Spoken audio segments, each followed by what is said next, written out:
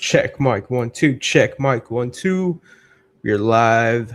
What's going on, YouTube and Facebook? It's your boy Tommy Housen. We're back with Irish Whips and Arm Drags podcast. This is episode 29.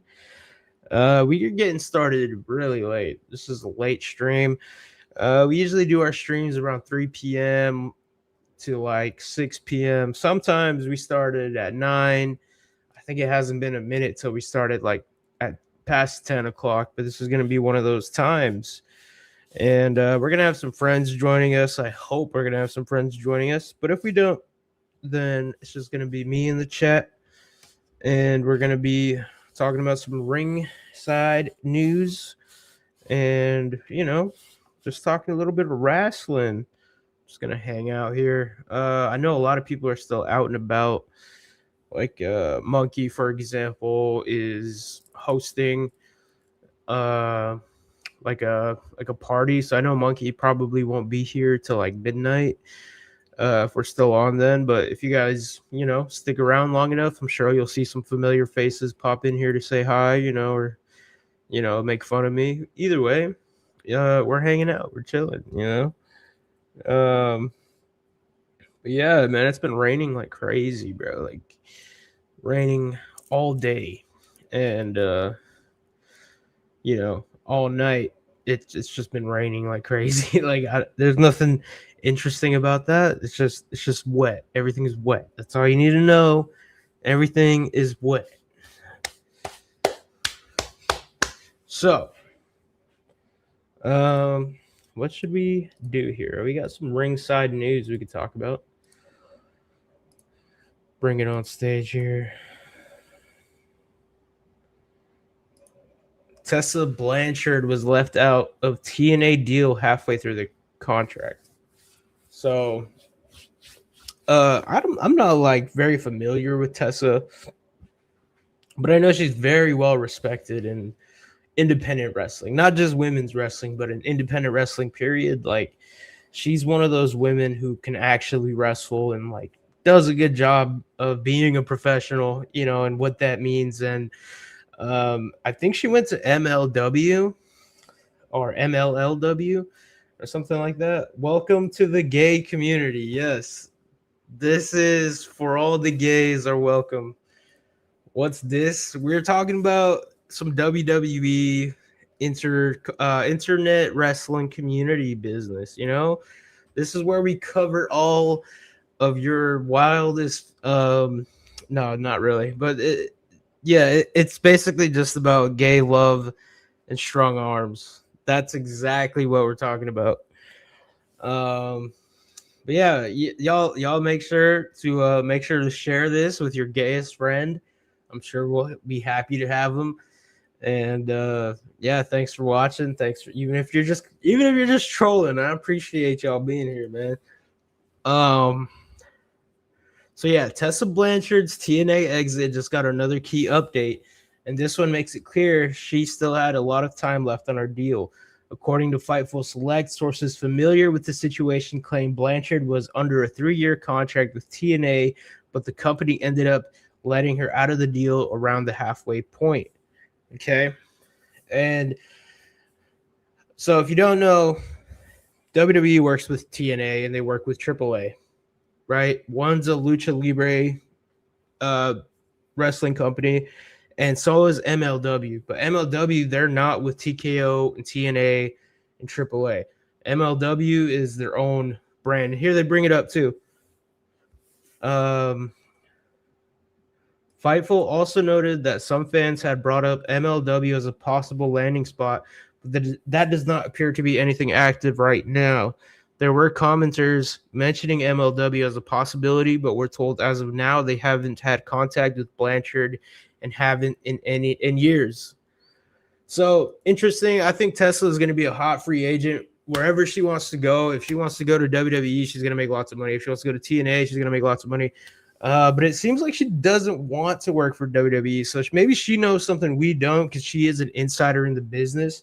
Maybe she knows she'll have a better run in the indies, in the independents. You earned a new sub. Let's go. Let's fucking go. Do we have sound effects for that?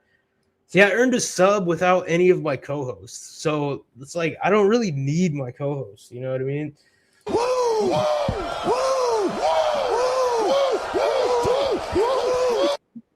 Hell yeah! That's the new sub sound, I guess. I'll give you an applause.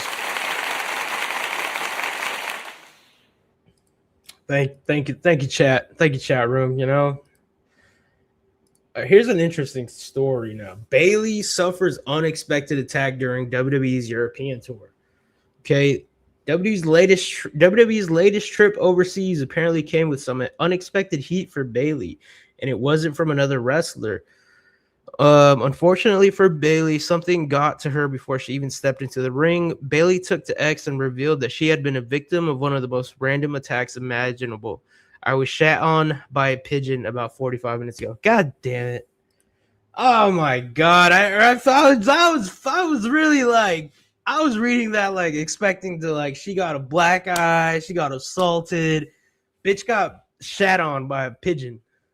Why are we doing this? What this is just this is fear mongering at its finest, you know? That's literally the definition of fear mongering. The caption, the headline is Bayley suffers unexpected attack. And then you read it and it's like, oh, she got shit on by a bird. This is why they coined the term fake news. Because the headline says this, and then you read it and it says something else. But either way, thoughts and prayers, T's and P's with Bayley. We hope that the bird is fine. We hope wherever, you know, sometimes when you get shit on by a bird, it's good luck. Don't they say that? Don't they say that it's good luck if you get shit on? I think they say that somewhere. Well, here's the next story. WWE has no plans to pump the brakes on Roman Reigns' bloodline takeover. And honestly, this is the best thing they got going for them, and it's also the stalest because we've had faction stories with the bloodline for the past 5 years, and it just won't stop. Like since 2020, we've had bloodline stories, and unfortunately, it's not going anywhere. It's never going to go anywhere because Roman and Jacob's sons are going to keep talking about the bloodline, and Jimmy and Jay's sons, they're going to keep talking about the bloodline, and it's never going to end. There's just going to be a Samoan dynasty till the day we die. And that's fine. I'm not a hater. You know, I am acknowledging the OTC. I think they could do, you know, some really cool stories here. But there's only so much you could do. How many times is somebody going to betray Roman Reigns? Or is how many times Roman Reigns going to be, you know, the bad guy? Because you can't turn him heel by making him assault his cousins again and then expect him to be a baby face. Like, right now, everyone's falling in line. Solo fell in line. And you just buried Solo, and he was like a baby face. People were saying his catchphrase, you know what I mean? I'm all gas, no brakes with the Oos. That's what they said. And then Jacob Fatu's like left to being the guard dog or lap dog of Roman Reigns. You know, like I thought Jacob was supposed to be on his level. And no, he got beat twice in a row. So let's see. The June 15th episode of Monday Night Raw opened with a major bloodline segment featuring Reigns, Usos, and Fatu. Roman hyped Jey Uso's King of the Ring run and made Baltimore acknowledge him before things got tense. I don't listen to Jimmy and Jay. Only person I acknowledge is the OTC. Welcome to the family business. Welcome to the bloodline. Blah, blah, blah, blah. Oh, literally what somebody said here. Yeah, acknowledge me, blah, blah, blah. That's literally what I was saying. Like, yeah, we're going to acknowledge Roman again. I don't know how many times, how many years he's got left. I know Roman's pushing it, and Jimmy and Jay are pushing it as far as their age. Like, you know, they don't have a lot of young talent that's ready. A lot of their talent that is TV ready is getting old. So they need to make some moves, man. Speaking of the bloodline, Jey Uso advancing to the King of the Ring finals gets bombarded with dislikes on YouTube. Well, a lot of things get dislikes on YouTube. A lot of things get like bombed with likes or dislikes because people bots. People buy bots to get likes and dislikes. Like sometimes the fans, vote is real, but then sometimes one person really didn't like it, he'll buy bots to make it worse. I'm not saying this was the right move. Jey Uso advancing in the King of the Ring finals, definitely not the right move. Like I was a Jimmy Uso fan. I mean a Jey Uso fan. Like I was, when you're in the crowd and you're yeeting, like it's definitely a vibe. Like, but on TV it doesn't always translate. A live crowd performance doesn't always translate the same way when you're watching a performance on TV. It's two different products, it's two different kinds of shows, and Jay, there's not much for him to do after his world title run. He already won a Royal Rumble, he won a world title. What's he going to do now? Win King of the Ring? Does this really do anything for him? Is this elevating younger talent? Not really. If you're going to give it to an old guy, give it to LA Knight. But I don't even think LA Knight's in the tournament. I have no idea who's even in the tournament now. Like, I forget. I think it's Oba and who else? Didn't he just beat Dominic? Oba just beat Dominic, right? But I don't know. How long is he gonna survive, man? We'll see. Build new talent? Nah. Push the 40-year-old alcoholic who can't even do a neck breaker bump properly. This is what we do. Another fan made it clear they did not want Jay advancing. Nobody wanted one of the worst wrestlers in the company to advance. One viewer even compared Jay's main event run to Jinder Mahal's WWE Championship reign. Now, see, that's where you lose me. I think Jinder Mahal is a lot worse than Jey Uso. I mean, that's not, it is saying a lot because I don't think Jey Uso is a Jinder Mahal. I don't think he's that bad. Because at least Jay's got some personality. With Jinder Mahal, he never translated on TV as someone you took seriously, someone you were scared of, and you never really liked him. Even in 3-Man Band when he was goofy, like, it wasn't peak. For Jey Uso, he peaked there for a minute. He got a lot of love and a lot of hate, but a lot of love too. But now it's like all the love is faded, and it's kind of his own fault because he had a lackluster championship run. Like his championship run could have, proved a lot of people wrong, especially his doubters and deterrers. But then he kept botching, he kept blowing himself up, he kept doing these things that you can't defend him anymore. As a Jey Uso fan, it was like I can't defend him anymore. Like, now I'm seeing the light, and it's like, yeah, this guy, he's not world championship material. He can't be King of the Ring because if you give him King of the Ring, then, you're basically saying he's world championship material. So I think you got to give it to Oba, and if you don't give it to Oba, then it's like, I don't even know who you give it to. Like, does it even matter if it's not Oba? Because who else is like, is Breaker even in the tournament? Like, there's a lot of people who aren't in this tournament, a lot of people who are just there to lose. So we'll see. TNA's parent company allegedly seeking up to $50 million for potential sale. According to sports journalist Blake Avignon, Anthem President Len Asper has set a $30 million floor for a potential TNA sale. I just burped, excuse me. The preferred number is even higher, landing somewhere in the $40 million to $50 million range. Sources, Anthem's Len Asper. This is a huge jump from where things were not that long ago. Noted that in 2024, a group led by Scott offered around 10 million, including taking on TNA's debts. Anthem rejected it outright and did not even counter. You think they could sell for 50 million? Like, I know World Wrestling Entertainment, WWE, is $1 billion company. And if one company could be $1 billion company, I don't know if that means every company is $1 million company. Is TNA Impact $1 million company?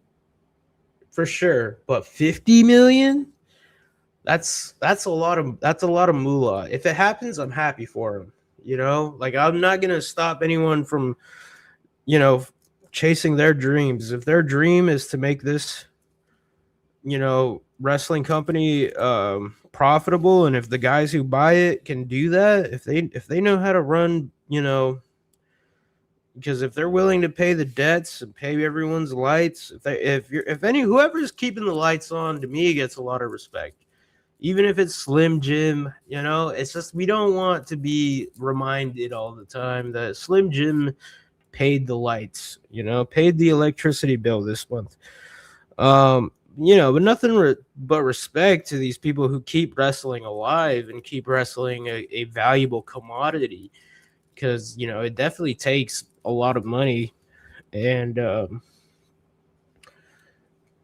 never going to say don't buy this company or don't buy a ticket to this show or, you know, don't watch this show. Like, I'm never going to say that, because at the end of the day, wrestling is very niche, and like, wrestling fans need to stick together and the wrestling community needs to stick together. Because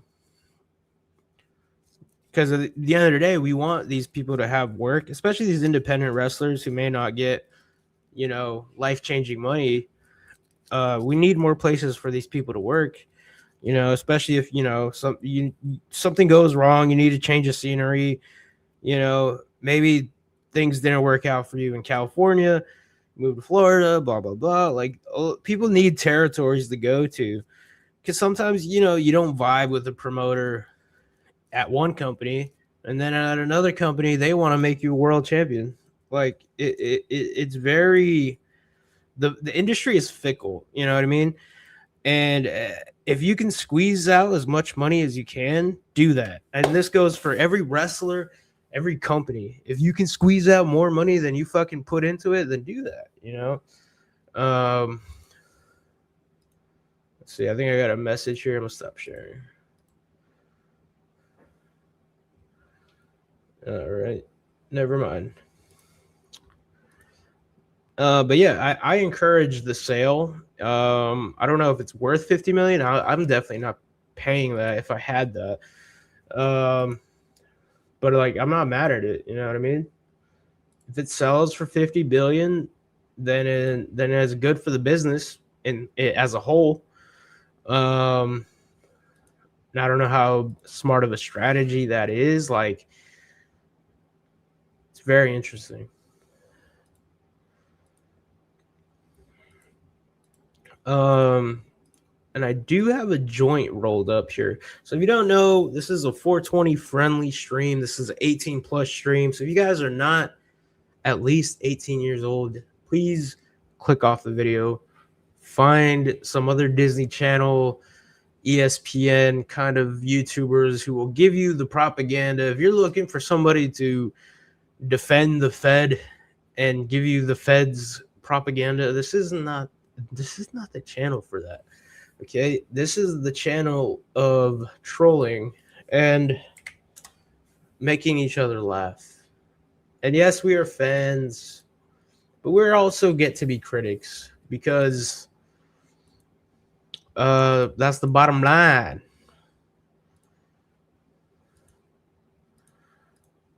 All right, can you guys see my YouTube? You cannot see my YouTube. Okay. So there was a JCW recent episode 2 days ago. Let's check it out. I'm going to copy this link. No, I'm going to smoke this joint. So right now we're just going to do a little bit of reactions. And there's the link. Make sure you guys subscribe to Psychopathic Records. Check them out every Thursday. They're live. If you can't catch them on Thursday, come back in 2 days. Watch it on Saturday. You know what I mean? Watch it on the weekend and catch up, bro. So without further ado, where is my super suit? No, I'm just kidding. Where's my Diet Coke? Well, I think we should get ready for this newest episode with 5 big booms. Oh, we're so sorry to hear about your brother that passed away. He gets 5 big booms. Boom! Boom! Boom! Boom! Boom! Hell yeah. 5 big booms. Let's go, dude. We got 5 big booms. We're ready to watch JCW.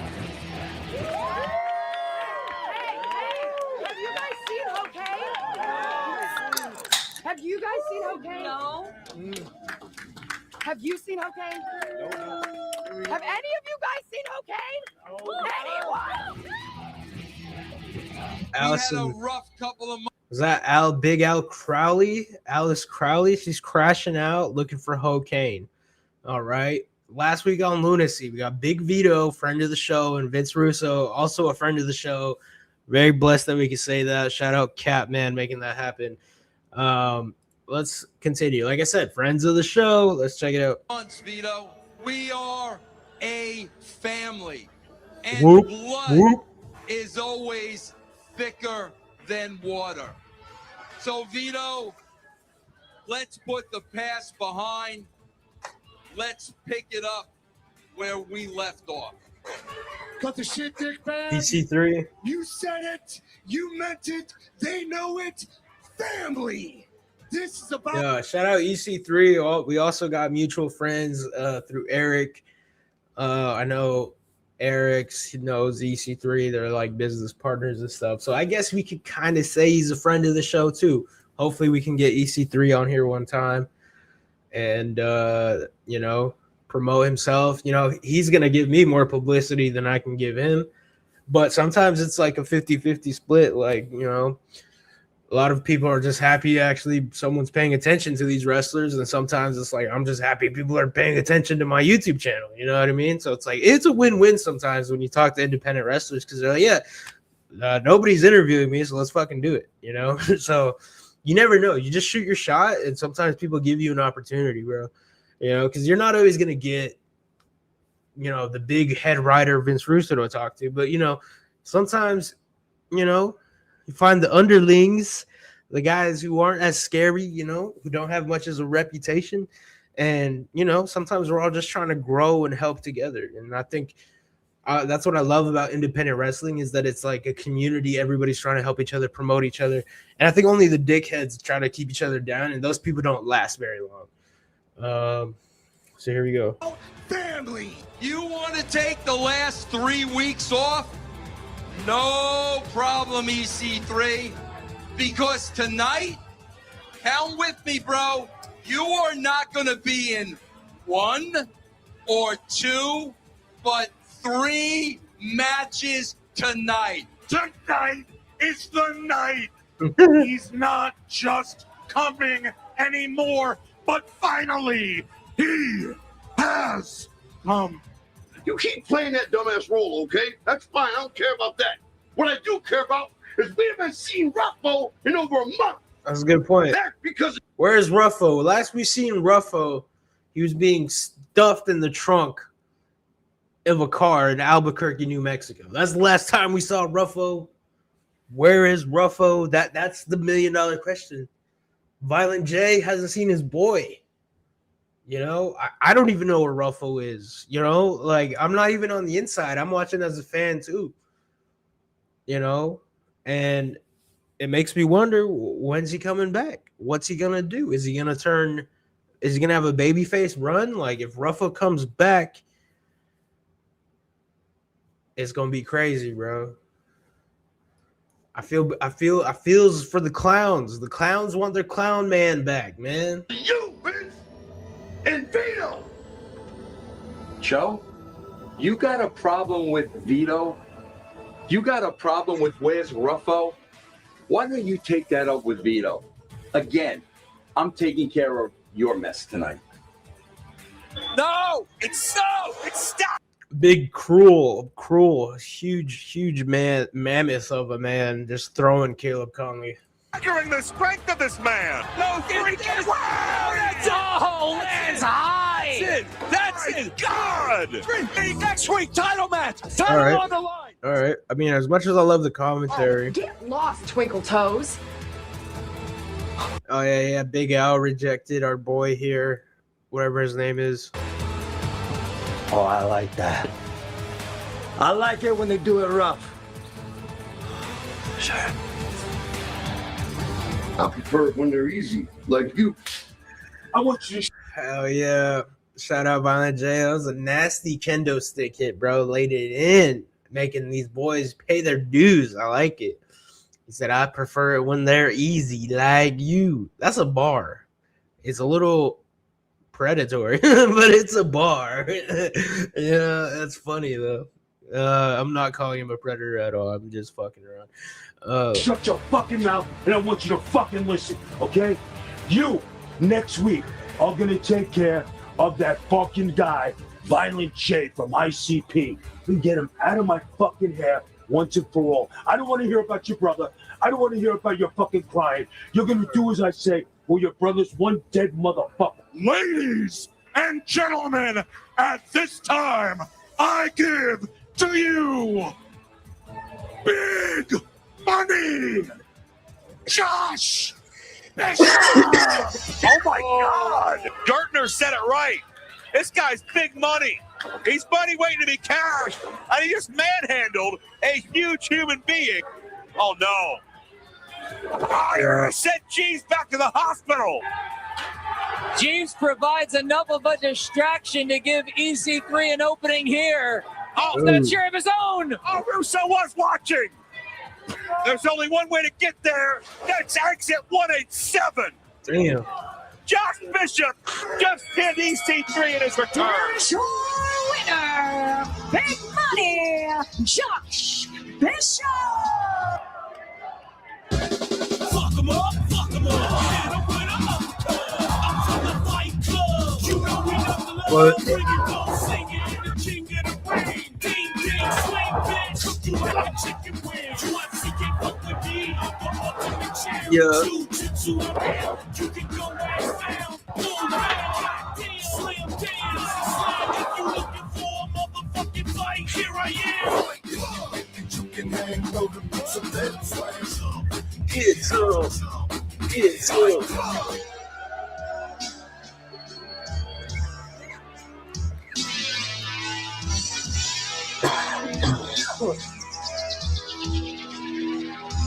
Lansing, Michigan. I believe Magic Johnson is also from Lansing, Michigan.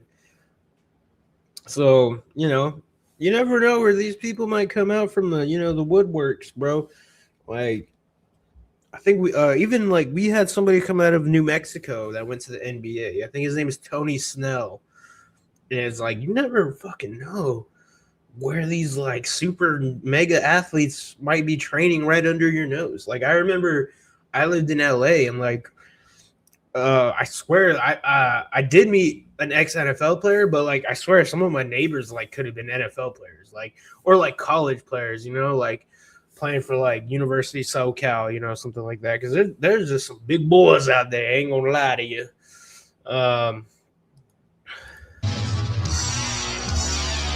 Well, Big Al may have been looking for a fight. About the fans waiting to arrive here for JCW Lunacy. But certainly, the man we're about to see found a fight in his return a week ago. Well, isn't that right, Josh Bishop? Big Money's here! I told Violent J when he had no promises of big money for me, I told him that I was going to bring big money. And I'm a man of my words. Now this guy is very impressive. This guy, like, he could be easily 6'5", 270, like lean too, a lean 270 pounder. You know, that is very impressive, bro. Like some guys have the height, but they don't have the muscle. And like this guy has both. He reminds me of Sid Justice. I think one of his names. He had multiple names: Sid Vicious, Sid Justice. And then this guy, I was not aware of who he was. Apparently he was in ECW.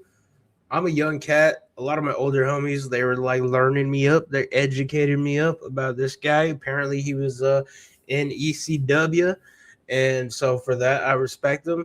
But yeah, this guy, you know, it's just like he's an easy target, but like so am I. So I'm not about to do no fat on fat crime, bro. This can't be no fat on fat crime, bro. I can't even hate on him. Honestly, his confidence, you know, it's kind of giving Queen. It's kind of giving Queen, you know.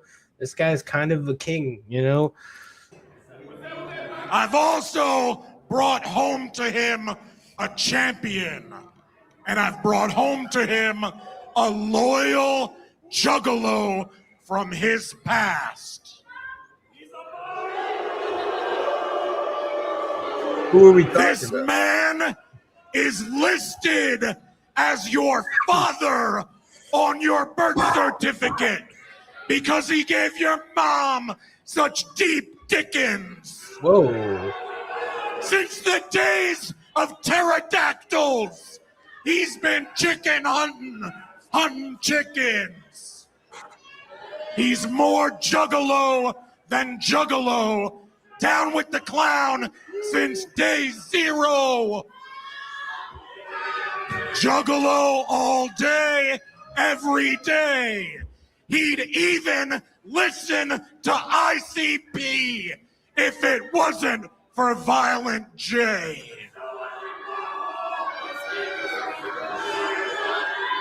Big money, Josh Bishop. Now.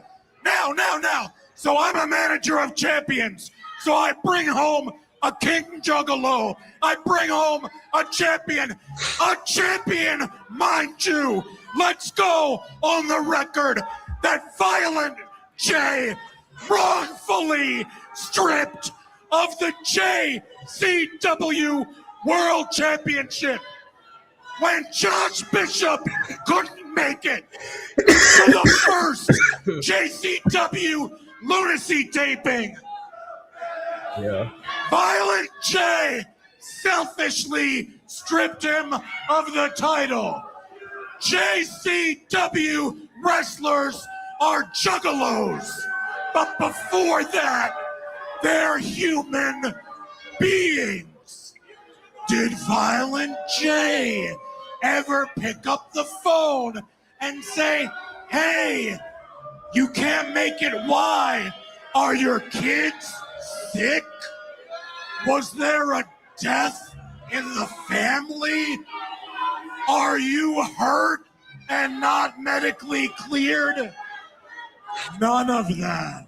As a matter of fact, if you go to the Wikipedia page for the top tier belt in JCW, every other time it was vacated, there's a reason, there's an excuse, there's a note 4 times.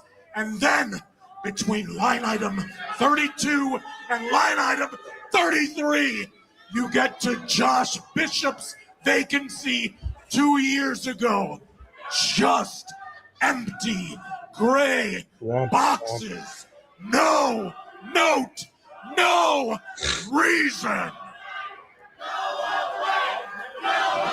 They're saying go away. I agree, bro. Womp womp. No one cares, bro. The title was vacated, bro.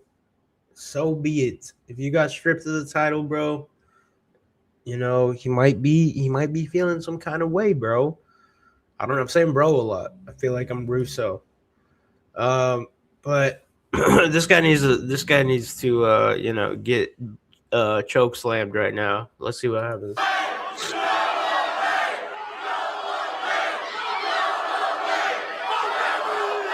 Not much sympathy from Lansing.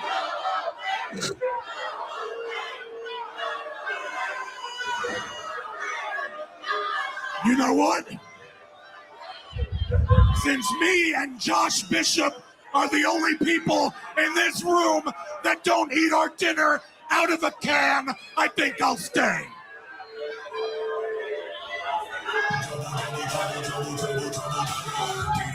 Oh, wait a minute. That's the music of the man that Bishop defeated upon his return a week ago. In the turn of the third, EC3, his cousin Jeeves, still recovering from broken ribs. And it looks like EC3 is not ready to let last week's loss go. Jeeves also took a big Ethan choke Carter slam from III. Josh Bishop last week. He's really got to be feeling it. And keep in mind, that was That's EC3's Ethan Carter, third bro. match That's of the Ethan night Carter III. against Bishop. His body was racked with pain. Wow. His knee was ravaged, but EC3 fought till the bitter end. Jeeves. I like Jeeves' outfit. Jeeves' outfit's cool. Josh Bishop's one scary motherfucker, bro. Josh Bishop, like, Gentlemen, you so kindly introduced yourself to us last week, so allow me to do the same. I am, of course, the Hatchet Man servant, Jeeves. the Hatchet Man servant. And this is the true 1% of the pro wrestling game. I call him Cousin Ethan. But you idiots can call him EC3.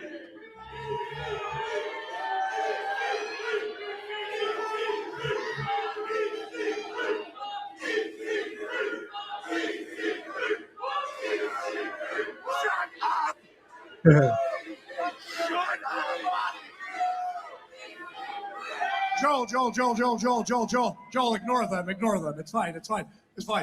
But guys, listen, that was cute. That was dandy. I now have refractured ribs. I appreciate you, Josh. That was a fantastic thing. I don't know what's with 90 nostalgia acts and beating me up this month, but it's fine. It's adorable. Joel Gertner. Everybody, one time, give it up for Joel Gertner.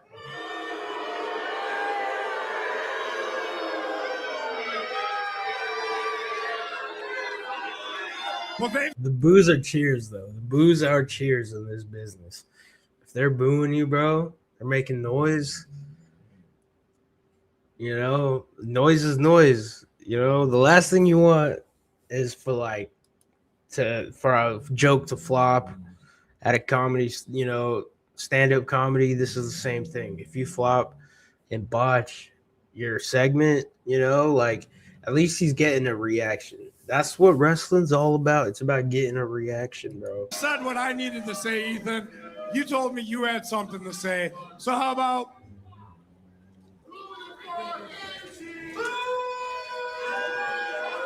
There's not much to say, really, short of the facts. Welcome back to Josh Bishop. Josh Bishop. Now, here's the thing about Jeeves. Here's the thing about me. Here's the thing about this family is that there are times we will go down. There are times we will get beat up. There are times we will get our asses kicked. But Jeeves, Jugs, EC3, we are survivors. I have survived NXT, the game show. I have survived Dixie Carter conference calls. Now I'm surviving Vince Russo's shitty booking. I could survive you, Josh. Now, there's a lot of people that make parallels to chess and professional wrestling. Actually, there's probably not. It's probably just me because I'm super intelligent. But Josh, as a bishop, you have power. You have violence. You have potential. But you're also predictable. You run diagonal each and every time. You run diagonal just like Joel Gertner's shady little dick. You are predictable, Josh. But what I do predict is that Jeeves, accompanying me, we shall take that championship. Okay. Whether you're the true champion or Cocaine, my favorite wrestler, is the champion, whomever is the JCW champion, will stand toe-to-toe with the top 1%, and I, with Jeeves, will take that championship and officially make it a World's Championship. Well, certainly that old JCW title belt means a lot to Josh Bishop. Oh my God, it's Kerry Morton. But a man who is inserting himself Kerry in this Morton. equation is Kerry Morton. And Kerry riding away with momentum. Upset victory over Shane Mercer a week ago. But Kerry, why here? Why now? Do you know what you're doing? Oh, we do it, JCW Lunacy! You know, guys, I was in the back playing Uno because I really like playing Uno. And all of a sudden, I heard some guys and some little voices in my head. I heard old EC3. Yeah, give it to him. Come on now. EC3. Yeah. Shut up! That's right, and I heard our old friend from the past. Okay. Big Money Joshua Bishop has arrived. That's a big son of a bitch, bro. Like, Joshua Bishop is a big son of a bitch, bro. I wouldn't fuck with him. I would not fuck with him. You know, Kerry Morton's got some balls, bro. I wonder what Kerry Morton's about to say, man. Oh, God. And you know what makes this so great, ladies and gentlemen, and juggalos and juggalettes, is myself. I just so happened to walk past the office of Mr. Violence. I gave him a little knock on the door and I said, hey, man, how's it going, bro? He wasn't too fond of Kerry Morton, let's just say that, but he asked me for a favor, ladies and gentlemen. This is his attempt at a baby face. Like, Kerry Morton, I think he's better as a heel. You know, as a character. This is like his attempt of like becoming a baby face. Let's see. He said, Kerry Morton, go out there and take the JCW Heavyweight Championship from Joshua Bishop tonight. Whoa. And folks, if you know me, I never back down from a fight, damn it. And especially with my good friend, good old pal, Mr. Violence backing me up. Kerry Morton is challenging Josh Bishop?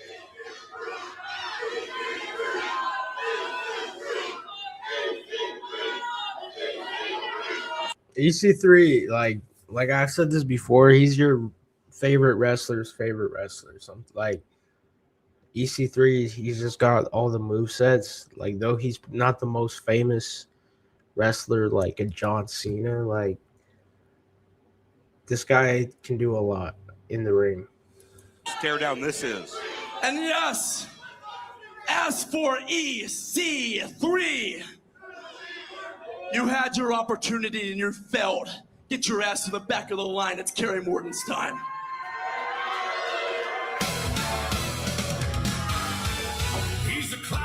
Bold proclamation by Kerry Morton. He stepped Okay, right up okay, into the face that was some heel. That was still some heel.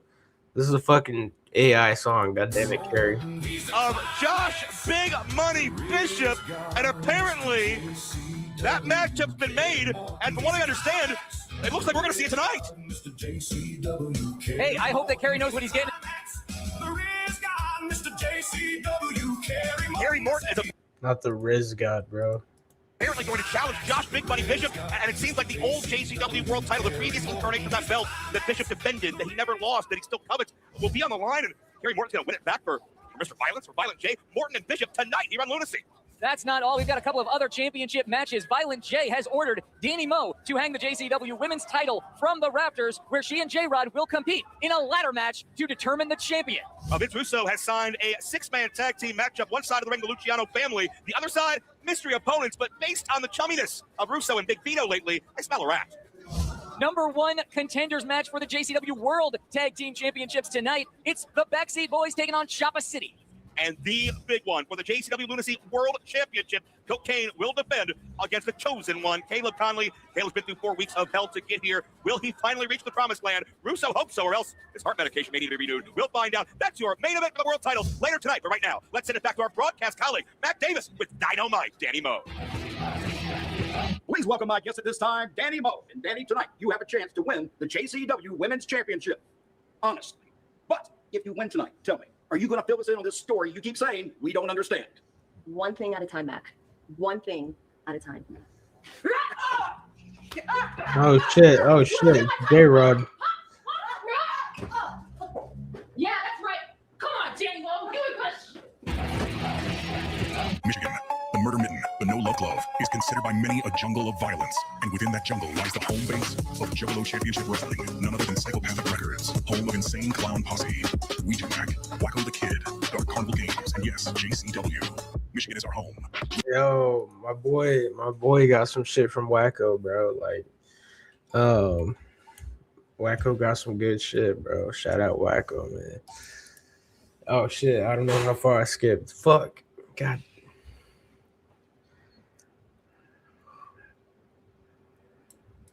And put her hand on me. Oh, I skipped too far.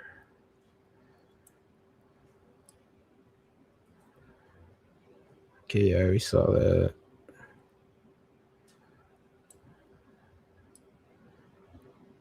Let's see. Kerry Morton. We saw Josh Bishop, Kerry Morton, EC3. Where fat, skinny, and muscle-bound bodies will slam into the concrete floor so hard it will register on the Richter scale, just like every footstep taken by the late great fat fuck himself, Gorilla Monsoon. Come up and see 2 full. The late great fat fuck himself, Gorilla Monsoon. That's fucking gold, bro. I swear, bro. Like you really don't have to be a juggler to watch this shit. It's just fucking funny, bro. Like sometimes it's just entertaining. Of JCW Lunacy at the Vault in Saginaw, Michigan, June 20th, 8 p.m. bell time. Once again, we know your wallet is just like your head, completely empty. That's why the show is completely free, ninjas. Just show up and the violence will make you throw up. So pull up, and finally, the chaos all comes to a head in the capital of the Murder Mitten, Lansing, Michigan, June 21st at Graywell Hall, where the gruesome violence of JCW Lunacy will finally explode, just like the late great Gorilla Monsoon's fat belly did after eating his 400th banana in one night. Yes. The fat wrestling legend loved his bananas yellow just like he did the tint on those stupid shades he always wore. This show is absolutely free for all you penniless jobbers. Wait, we can't call you jobbers because first you'd have to have one. And since you don't, then we know you'll be free. You got a point. You got a point. See 2 full episodes of JCW Lunacy. Bomb-ass seating is available, but not for you ninjas. Because you're so broke, you can't even pay attention. Ha ha, bitch. We got jokes, and you got 3 nights of free JCW action. So come on out and stay down with a clown, just like Gorilla Monsoon stayed. A fat and kind, loving man with a piss. Yo, my phone needs charge. I need a charger. Goodbye. So long, everyone. Till next week.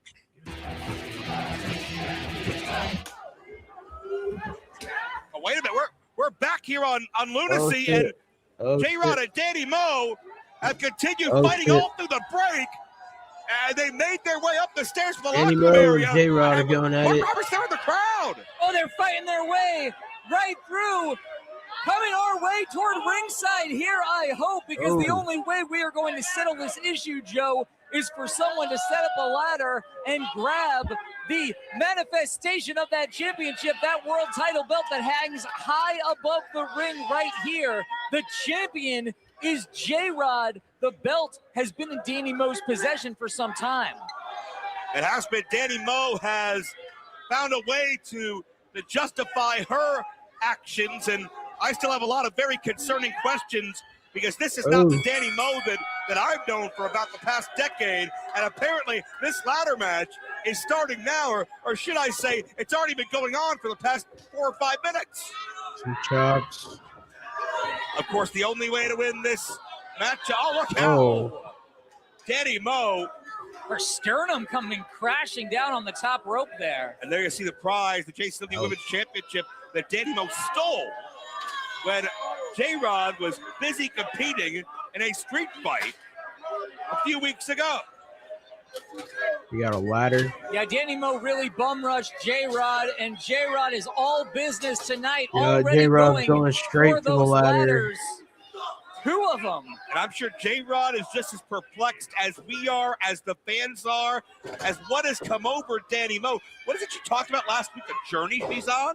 I don't really know what that means. Is she backpacking through Europe, Joe? Like, what are we Shout out talking about here? DJ. I think that's DJ Clay. I want to have empathy for Danny. I mean, there can be online counseling. There's lots of options today, but I don't really know what she's going through. She won't talk to anyone about it. There's something weighing heavily on Danny Mo's mind. She said it's bigger than even we realize. And that was a big side kick right to the side of the jaw on J-Rod. Danny Mo has not lost any of her Irish whip. martial arts precision Broken up. or intensity as J-Rod backed into that ladder. Of course, the only way to win, to climb up that ladder, be the first to retrieve the title belt. Whomever does will be the official JCW Women's Champion. There's just been chaos throughout the women's division in JCW for months. No, yeah, there's been hella chaos, bro. It was like Haley J, and then it was Danny Mo, then it was Alice Crowley, and then it was J-Rod. There's been like that was a lot of fucking people to be your champion in like a 6-month span. So we'll see. I don't know how long Russo wants these girls to hold their titles, because I know it's complicated. Like, I don't get all the complications of the ins and outs, so I'm not even going to try to think about it. But just as a fan, it's like, damn, there has been hella chaos in this fucking, no pun intended, because it's lunacy. But, hopefully someone can be a stable champion, or at least hold it down. Like, maybe someone comes along who's doing some kind of like championship grab shit where they have like, I think it was I know a lot of people do it where they just go to every company and win the title. Like, I think Matt Cardona did it. I think Chelsea Green did it. I don't know. I might be completely wrong on that. I know a female wrestler did it and a male wrestler did it, where they just had, because Matt Cardona was the indie champion, right? So he won like all the fucking titles. So like, if you could get like a Matt Cardona, like female wrestler type shit to come and like collect the JCW championship, that might just put more eyes on it. But until then, we need someone to hold it down. We need someone that's a serious like champion that people fear. You know what I mean? Months now, contested finishes, disputed championship reigns. Danny Mo pushed off that ladder. Oh my goodness. And J-Rod made it look effortless. It's a sacrifice. Jeez. Just jerking that ladder almost out from under Danny Mo. And J-Rod, the ultimate athlete, may have a clear path. Wait a minute. What is this? Come on, J-Rod. You've been trying to get that belt back for weeks. Yeah, but it's been more about than just about the title. That's the main idea. I think a lot of it is teaching Danny Mo a lesson, getting Danny Mo out of her business. And J-Rod may pay for it. J-Rod, vindictive as she is, certainly not paying dividends thanks to that rapid-fire striking of Danny Mo, who now is going to make a climb for her own accolade that she has possessed but does not officially hold. Oh, that ladder sketch. We got a power bomb. And J-Rod just scoops her up. Overwhelmed. Sunset flip pinfalls do not count in this matchup. And Danny still landed hard on her back anyhow. Of course, Danny Mo, while not the rightful champion at the moment, she was the very first ever JCW Women's World Champion and accomplished athlete in her own right, though Danny Mo has made some questionable choices lately. J-Rod. Oh, right to the abdomen. A point of that ladder right in the midsection. And that'll take the breath out of you and then some. That's the area that J-Rod keeps working over in this match. It's awfully hard. Yeah, it's hard to climb fake the a top of hardcore ladder if match you can't even catch sometimes. your breath, That Joe. shit'll hurt. No question about that.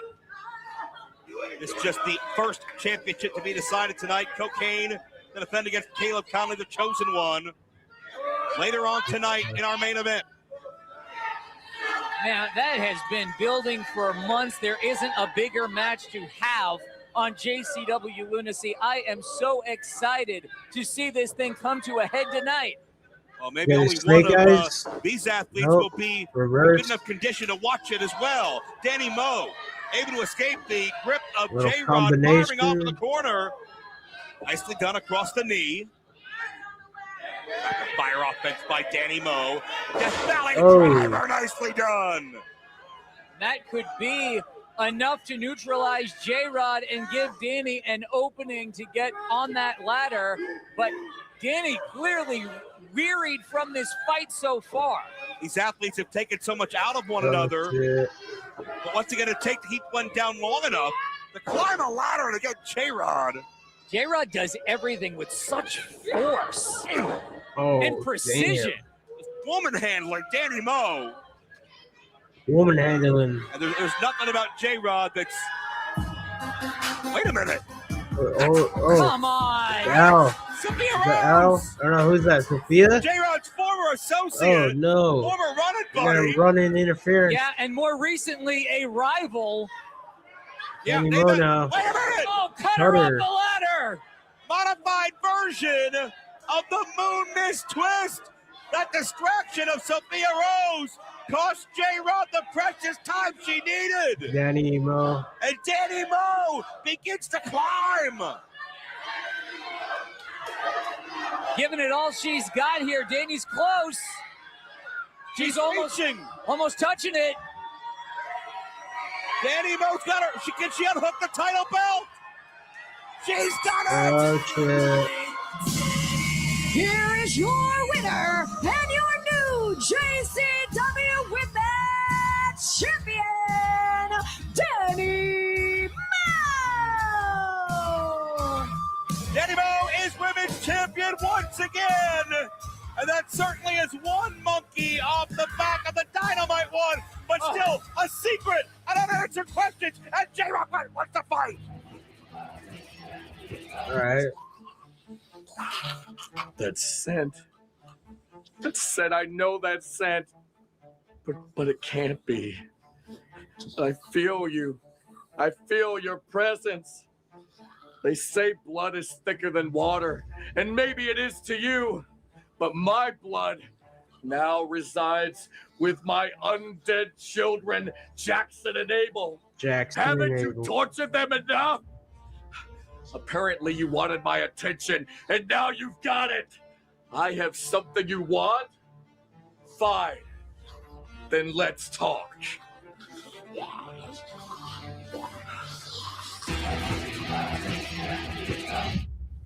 So what are we doing this for? Me and Vinny, campeones. We are champions. Relax. Uno, due, tres. We win. You win. You look like a fucking idiot, okay? Just like yesterday when you get your fucking ass kicked by a fucking stooge clown. Ronald McDonald House beat the shit out of you.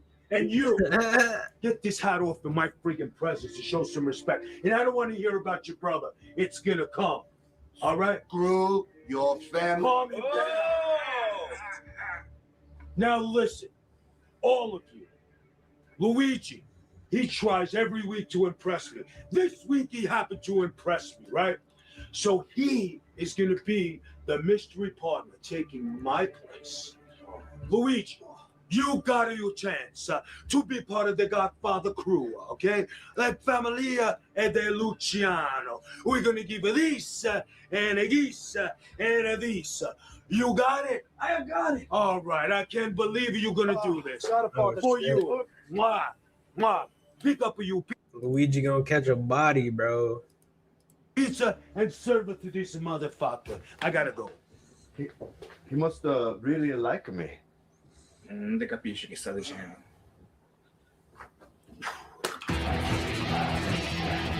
Please welcome my guests at this time, Vince Russo and Caleb Conley. Caleb, Caleb, keep your energy. I don't want you speaking. You've done enough for the last 4 weeks. Violent J's House of Fun. 4 weeks in a row, Caleb had no idea who his opponent was. No idea, couldn't prepare, couldn't get ready. And one by one, he beat them all, Mac. So tonight, finally, Caleb, we play our game. This is the moment of your career.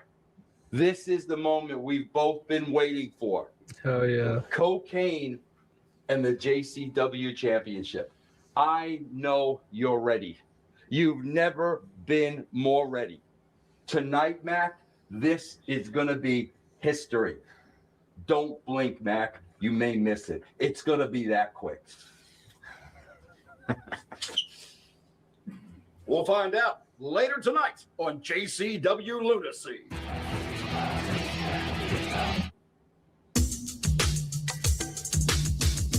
Oh shit, bro. I've been seeing a lot of like Juggalo gathering. I've been seeing a lot of like that shit on Facebook, bro. Like there's already being like fan pages made and shit for like 2026 and like, you know, fuck, bro. It'd be lit if I could go, bro. Just like I got my dog and like I don't want to like leave her with a friend and like I also can't really travel that far with her, so like I'd be like fucked.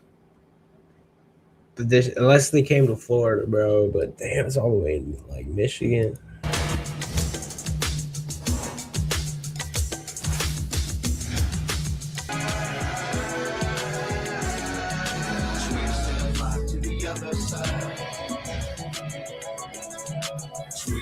I want to go, bro. I want to go to fucking meet a clown chick, bro. I want to be surrounded by clown chicks, bro. Maybe I can get a dog sitter, you know. Maybe that now that I'm thinking about it, you know, it's like.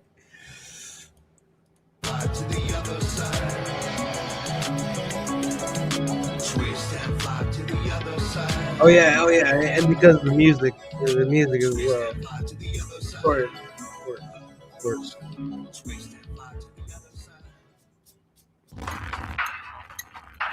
The hatchet, man.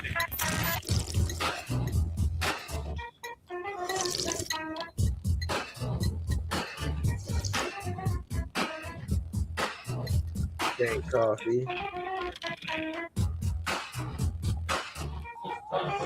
That reminds me, I should pour myself a cup of coffee. I gotta be up. Please welcome my guest at this time, Violent J. Violent J, Josh Bishop. We've heard their side of the story. I'm here to find out your side of the story. Well, today my side of the story is the same as theirs, Mac, because it's true. What they said is the absolute truth. See, what happened was Josh Bishop was in fact the JCW World Champion. And then when we began the endeavor, which is JCW Lunacy, it sort of reinvented the company as a whole. And when Josh Bishop, unfortunately, was unable to attend the very first ever date of Lunacy, I made the choice to strip his world title right off his waist. At which point we had a battle royal for it. Yeah, the thing though, Jay, is words. Be very careful with your words. Remember Bill Clinton? Remember the 90s? Weren't the 90s great? Back in the 90s, Bill Clinton was like, it depends on what the meaning of the word is. And you said Josh Bishop was JCW World Champion. JCW World Champion, Lunacy. Because he never lost, just right? Possession is 9/10 of the law. You're about 90% right, but he is World Champion. Worthy, rightful, linear. So the only thing is, Josh Bishop, the big money that I told you, I told Jay, I said it wasn't about the money. It's not even about the legacy. I get to work once again, like I did in the 90s, under a brilliant wrestling mind. Executive producer Vince Russo.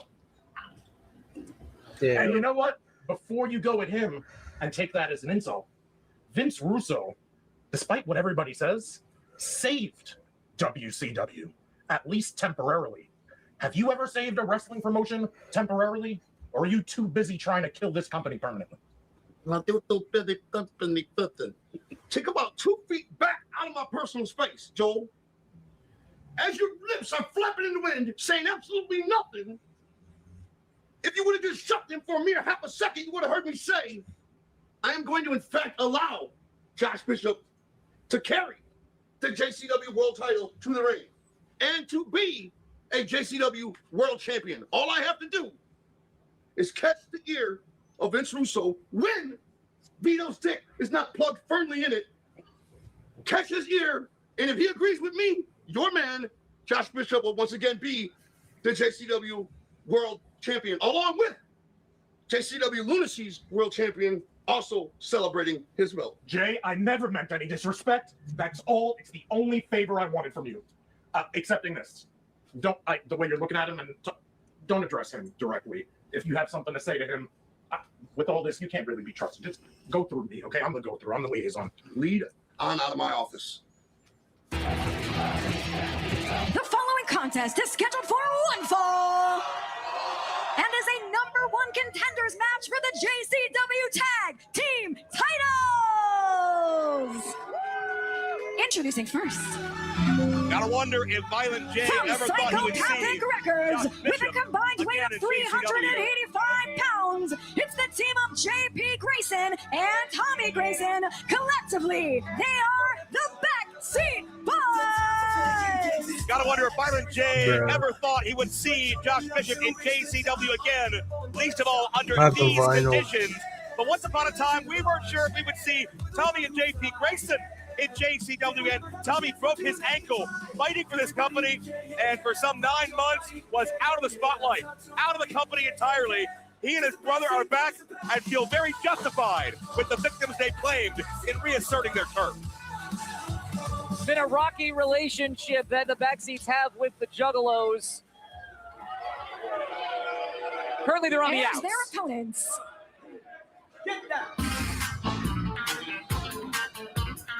From the 5280, with a combined weight of 510 pounds, Hollywood Chopper, Bruce Wayans, and Chopper Manitoba, they Hell are yeah. Chopper City. Calvin Stop City, chopping, Joe. Joe. People can see you. Listen, sometimes it takes over your system and you can't control it. Sometimes I wake up in the middle of the night and start chopping.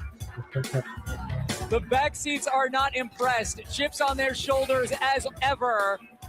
They feel quite entitled to those JCW World Tag Team Championships they used to hold. They've #1 contenders match here. They've got a chance to get those belts back. Well, the Backseat Boys feel like they should have the red carpet rolled out and be served a full 7-course meal, but the team of Atiba and Bruce Wayans, they turned those dreams into chop suey. It's the #1 contender matchup, the JCW Tag Team Championship. Two teams deserving in their own way. Yeah, Tommy and JP have always Bro, I loved the can't be spotlight. caught watching. Okay, And thank that you, is bro. not a sign of Tommy and JP that used to be there. They would take an extra minute, they'd swivel the hips, they'd hear the high-pitched squeals from the fans, they'd revel in it. But it's a much more There you violent go. approach from the Backseat Boys since their return. Well, hey, the stakes are high. Backseats decided the best way to start this thing out was to try to blind their opponents, cover their eyes, and simply attack them. I'm not sure it's going to work here against Chopper City anyhow. I'm not sure either, but be that as it may, it was a Chopper City Open Challenge. It saw the Backseats return to accept and summarily defeat Chopper City. It was a week later, Chopper City got their victory back over the Backseats as part of a 3-team matchup. Kind of a rubber match of sorts here, and with the highest of stakes, because you got to believe Willie Mack, Too Tough Tony, they're watching somewhere. Still the JCW Tag Team Champions, and you know they're ready for anyone who comes their way, regardless of the result of this matchup. Graysons did not get the same reaction when they chopped. No. Elbow. It just looks kind of silly coming from the Tag. Graysons. But they don't much care what these fans think of them. That's been very Some clear as of late. shit. And you know what? Like you talk about looking silly. I hope Luigi Primo is not in a position to that's a look lot. silly, because it feels like Vito is Knees to the starting to back. warm up to him and maybe starting to give him an opportunity to be part of the family and fight for them and be part of the 6-man tag. But I don't know. I think Luigi Primo is maybe not as tight with Vito as he thinks he is. That's my thought. Well, from a family of industrious immigrants, Luigi just trying to find a way ahead in life. But yeah, making some bad choices perhaps.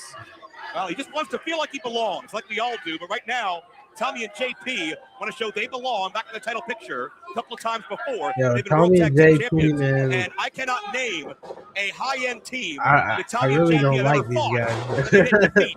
Oftentimes, Like, several I times really over. hope they Great double lose. team out by Bulldog. JP gets 2 on I guess they're doing their job, man. These What's little up with that jacket, Joe? Does that have your arrogant scent on it? You're dudes not in the the vinyl. supplier, are you? I would hope not. I certainly have wouldn't dare approach the outbreak as friend or foe. This is something. We've seen them get a little too close for comfort out here for the both of us.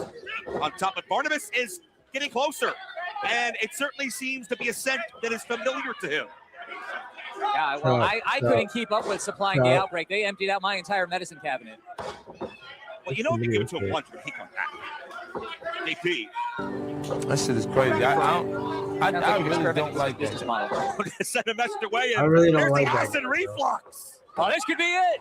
And a near fall situation. Wayans can he kick out a second time? Just barely. You can see Wayans reaching out for a tag, but he might as well be a mile away at this You may not realize this, but you're an African American. Grabs those shoulders. It takes more energy for Wayans to kick out. Yeah, that's just one of my favorite. One of my favorite. And there you see Tommy and JP just swarming Wayans. I'm rooting for the black guys, is by the this way. extra Juneteenth, aggression you know, got a represent missing it. piece that they've discovered, or is it a bitterness that'll consume them? Nice takedown by Oh, Ray. nice takedown. Nice layer. Big clothesline takes everything out of JP. Is Wayans able to get the tag now? Chop. About as far as he could be from his own corner. Looking to chop his way through adversity, but JP, oh, he got chopped right in the ankle. Oh, wait a minute, Wayans had the tag, but Oh, Tommy no pulled a team tag. up on the apron. Oh no! Tommy Don't tell me they're gonna A take smart this, bro. tag team tactician. You don't have to like it, but Tommy got what he was aiming for. And the brothers have chemistry. Second Nope. and none. Look at double suplex. Nope. But the physics of this, not in Oh. their favor. Oof. Gets both Graysons a over little easily. Does Wayans. Sketchy. Both Graysons dropped. Wayans has an opening. Can he find his way to his corner?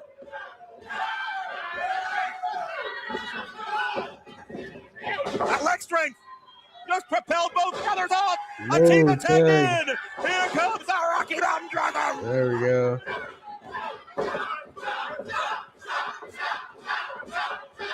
It's chopping them.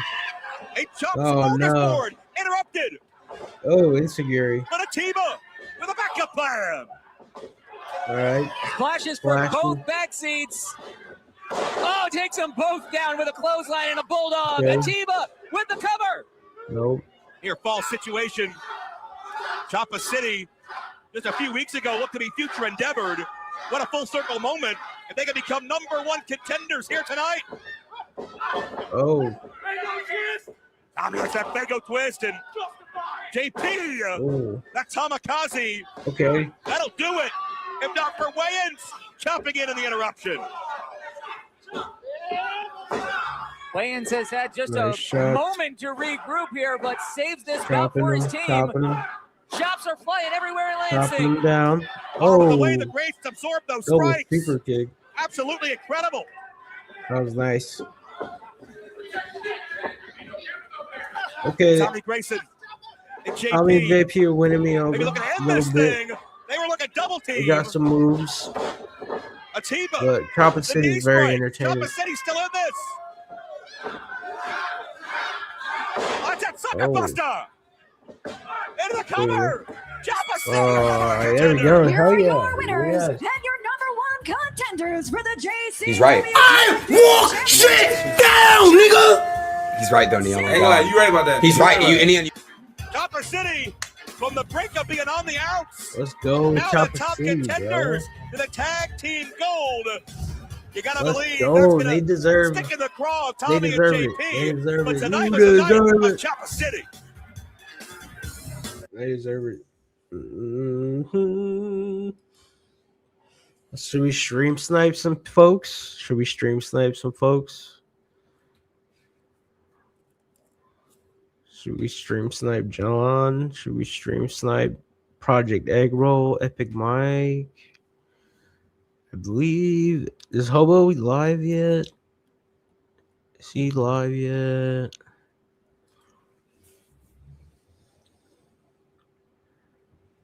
I know some of my friends may go live tonight. If not, we could just react to some more videos. And I had some other stories too, like, because you know, Ringside News is pretty much what we've been using to get our stories. So I just follow them on Instagram, and they got, like, you know, a lot of those articles is just trimmed down to like posts. So that's like something we could do. That's pretty easy. Pretty easy. I don't know if I'm fucking mumbling. If I'm mumbling, let me know, because sometimes I fucking mumble. And I might just have cotton mouth sometimes because I just smoked a fucking fat joint, you know what I mean? But yeah. Shut up, bitch! That's a great one too. I ain't gonna lie. What do we got? I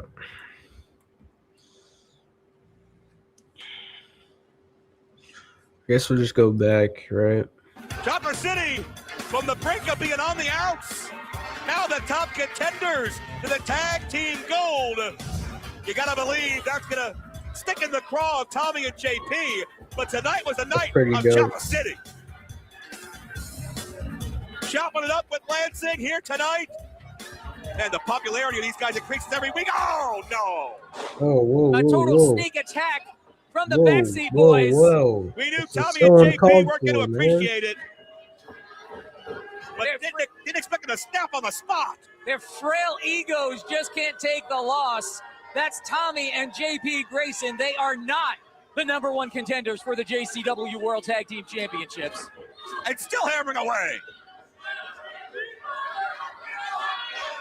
Well, there's nothing more for you gentlemen to gain out here. This is all sour grapes. This is a team that got hurt, and we're not giving the fast track back to the top. That shit is crazy. I really don't and they're like hitting that. some hurdles along the way. Chopper City are the #1 contenders, but they sure don't look like it now, and it's thanks to the back seats. I hate it. Hey, Matt. I heard you were looking for me. You realize this is the men's Whoa. bathroom, right? How does it feel? Who's the perv now? Jeez. Look here, let's talk about cocaine. Why has he got a Well, I can microphone? tell you.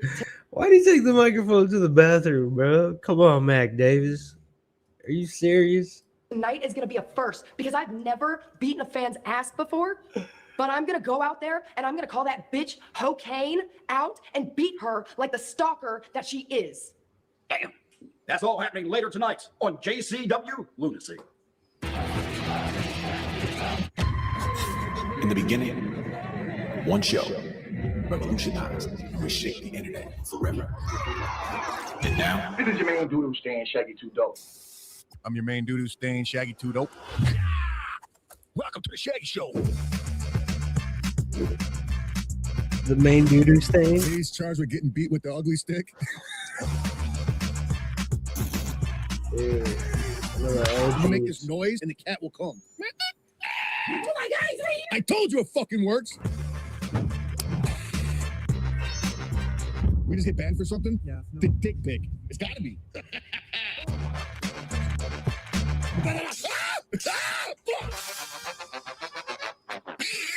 That better shoot a fucking cat on my fingers. The lunacy continues every Thursday night following JCW Lunacy. Join your host, Mac Davis and Jeff Lay, live for the JCW Lunacy Post Show. Special surprises, exclusive news, killer interviews, and footage. So when the final bell rings and you still want more, we have the score. Blood on the canvas, jokes in the chat. We laugh, we dance, we run it right back. Face paint dripping, crowd still chanting. We go live while your heart's still panting. Backstage Lunacy, all access with Mac Davis and Jeff Lay, live Thursday nights following JCW Lunacy, exclusively on Vince Russo's The Brand on YouTube. Oh, that's what you want. Fine. Then that's exactly what you'll get. then I'll see you later tonight. Oh, I just spoke with your dealer, and they want to meet us behind the arena at the end of tonight's show. This ends tonight. Let's go.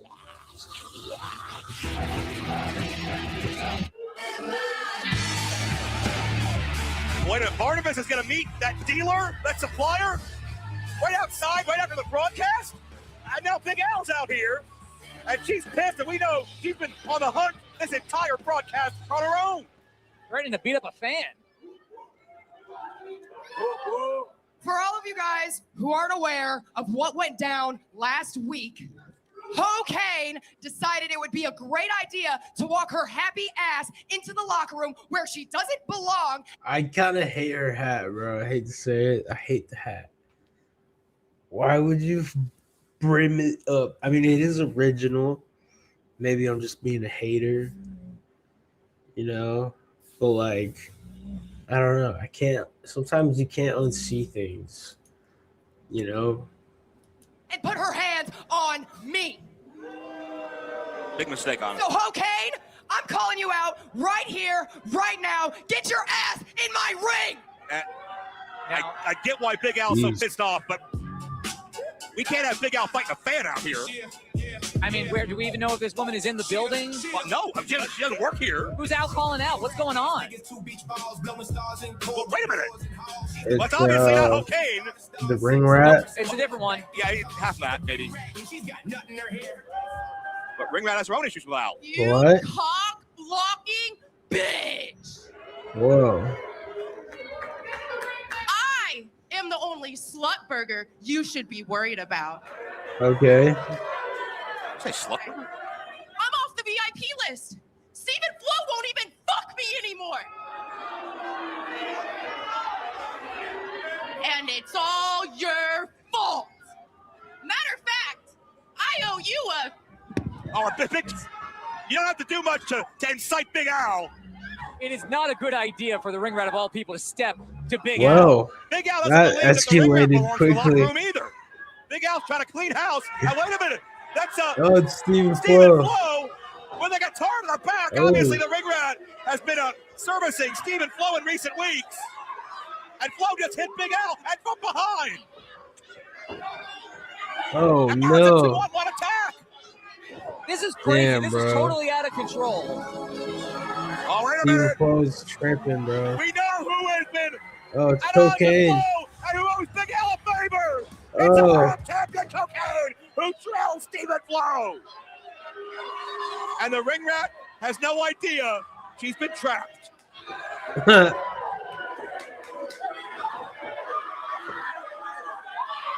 Can Cocaine lift her? She's very bottom heavy. Oh. Just folded her in half, Joe. My God. I mean, it's probably not the first time, but that looked like it hurt. Cocaine cleans house. Some more retribution on Stephen Flo, and Cocaine, maybe a new friend in the form of Big Al. But will this be the scene at the end of the night? Cocaine still able to defend the world title against Caleb Conley. And wait a minute. There's Cocaine. Hey, there she is. That's okay, but look at her face. She looks particularly obsessed and starstruck. Mesmerized, but and I get it. She's Cocaine's #1 fan, and this is a nice moment. But can we get her out of the ring, please? Yeah, she really shouldn't be. This is obviously dangerous with Big Al in the building. We appreciate our fans, their passion, their loyalty, but to get into the ring to try to get in contact with one of our wrestlers Bruh. is just too far. Yeah, don't jump the barricade. Cocaine looks confused, doesn't he? Listen, we've had some fun with Cocaine, her dressing up, her being part of the shows in the front row, but this has gone a little bit too far. It's a little bit disturbing. Who is this fan? Shut the fuck up, kid.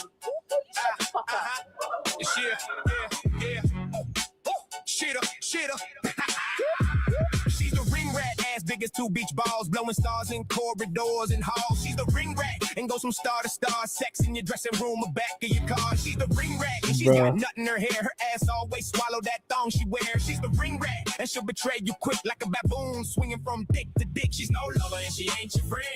You earn the money, she's quick to spend. She'll break your heart and then leave you fast. To make a donkey's butt look like crackhead ass. And when she make that ass shake, the ring rat will cause an earthquake. And when she make that ass shake, the ring rat will cause an earthquake. and she's had quite a few dicks in that mouth. She's the ring rat, just like a groupie hoe, but this wrestling star, she prefers the blow. She's the ring rat. She might have fucked Kane before or Vince McMahon on his office floor. She's the ring rat, and yes, that ass is fat. When she walked to the ring, get clap, clap, clap. She's no lover and she ain't your friend.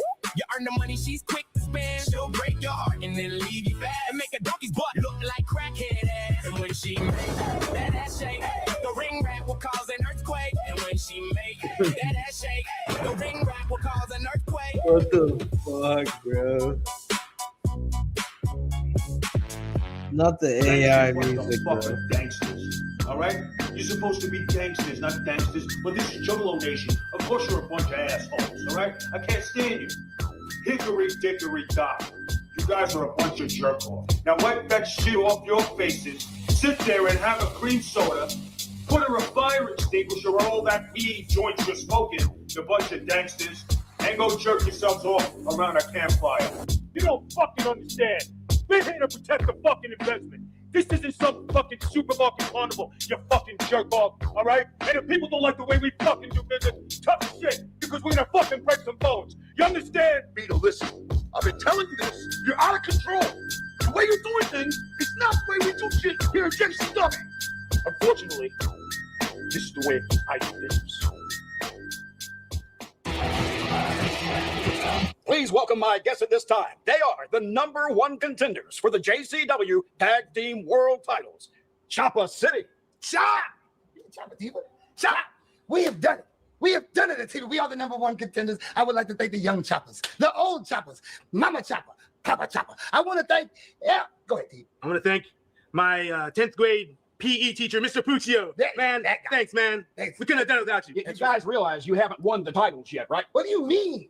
What do you mean? That is a formality. That is nothing but a formality. Don't you even worry about that. Don't get me chopped up, Matt Davis. The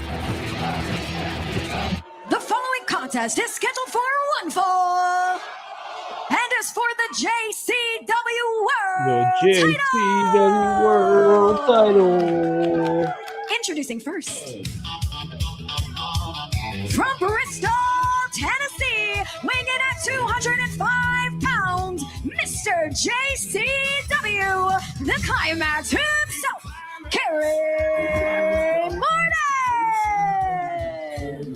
And let's clarify, this matchup is for apparently the old JCW World Title, the one that was retired when Matt Cardona left the organization, the one that Josh Bishop won at Bloody Mania 16 a couple of years ago and never lost.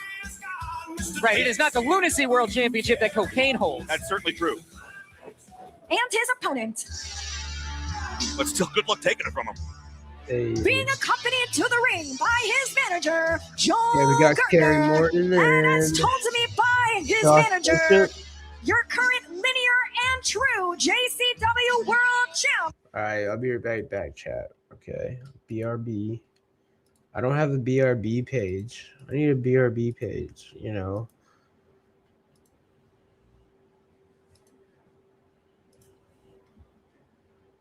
We'll watch John until I return. Talk to him at every level. Hey, look at this. Stream sniping you. Oh, I get coffee. I'm like, I'm actually like entertain just getting immersed in a good game right now. It's my just fucking stream. good. It's just like, oh, get the coins, do this before you can do this. Characters that you like.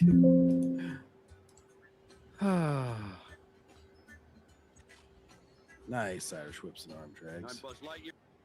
Get coffee, entertain my stream. You're stream sniping me. Fuck you. I'm just gonna leave it paused the whole time. They said in that fucking waste movie is the movie Andy saw with Buzz Lightyear. All right, yeah. Y'all enjoy John's stream. I'll drop his link But it's here. really not what you I'm can not see leaving. on I'm just coffee, getting right? be So- back. I'm gonna get some right, coffee. Yeah, that's what they should have done. There's no toys in that of that movie's. All right, John will entertain you guys. Okay. Tommy's just like, be my little bitch. Yeah. Yeah. Tommy, yeah. CM Punk here. I'm gonna get my meth. Yeah. All right. Y'all. Fuck your audience. All my homies hate your audience. Heads. Yeah. Whoa. Damn, bro. I gotta get Mr. Potato Head's ass fucking eyeball here. This is riveting content. Stranger from the outside. Oh, it's so simple. I love it. It's just like, I yearn for simpler times.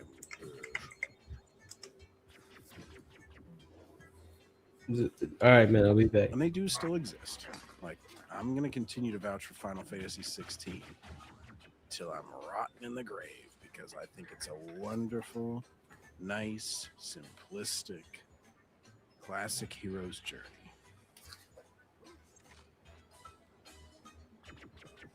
Hey, asshole. I have a lot of meth. So how about that? Yeah.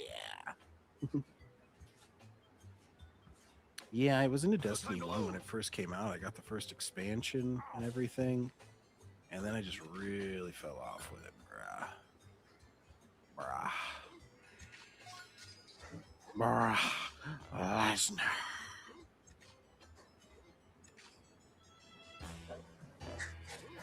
So my brother said that Brock Lesnar is not really liked in the MMA community because apparently he beat the champ whenever the champ was like way old. And then, like, he was still on roids from wrestling and shit. I mean, I thought Fallout 4 was okay. To be honest with you, I haven't really been into the Fallout games. Maybe it's just I'm not as into that brown post-apocalyptic environment.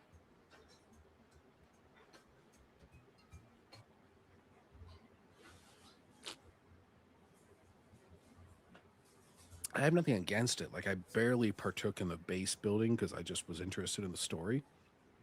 But I never thought it was horrible. Like, I got the platinum on it. Not that that means a whole lot. I got the platinum on mixtape, I guess. All right. The evil Dr. Porkchop.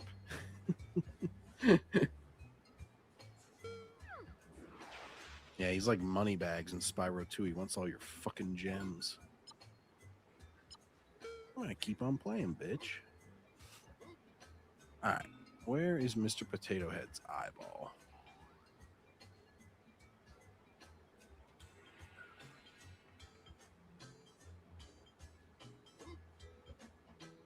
I've always been more of an Elder Scrolls guy, though. Just a weird thing for me. Every kid wants one, and I got it. A Buzz Lightyear dishwasher. Where's your eyeball, asshole? All right. Where is Mr. Potato Head's? All right, I'm back. Toy.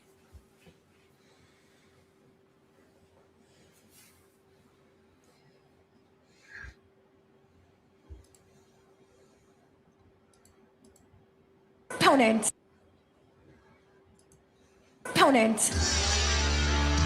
But still, good luck taking it from him. Being accompanied to the ring by his manager, Joel Gertner, and as told to me by his manager, your current linear and true JCW World Champ, Big Money, Josh Bishop. Joel Gertner calls him Big Money, and there's absolutely no way to argue the stock of Josh Bishop, and it rose back up to a record high when his first night back, he pinned Ethan Carter III in the center of the ring. And this is a familiar sight to longtime JCW fans. Bishop was once the official world champion of this organization, and now that he's recaptured physically that title belt, it escaped him the last time. Imagine what Bishop will do to make sure it does not escape him once again.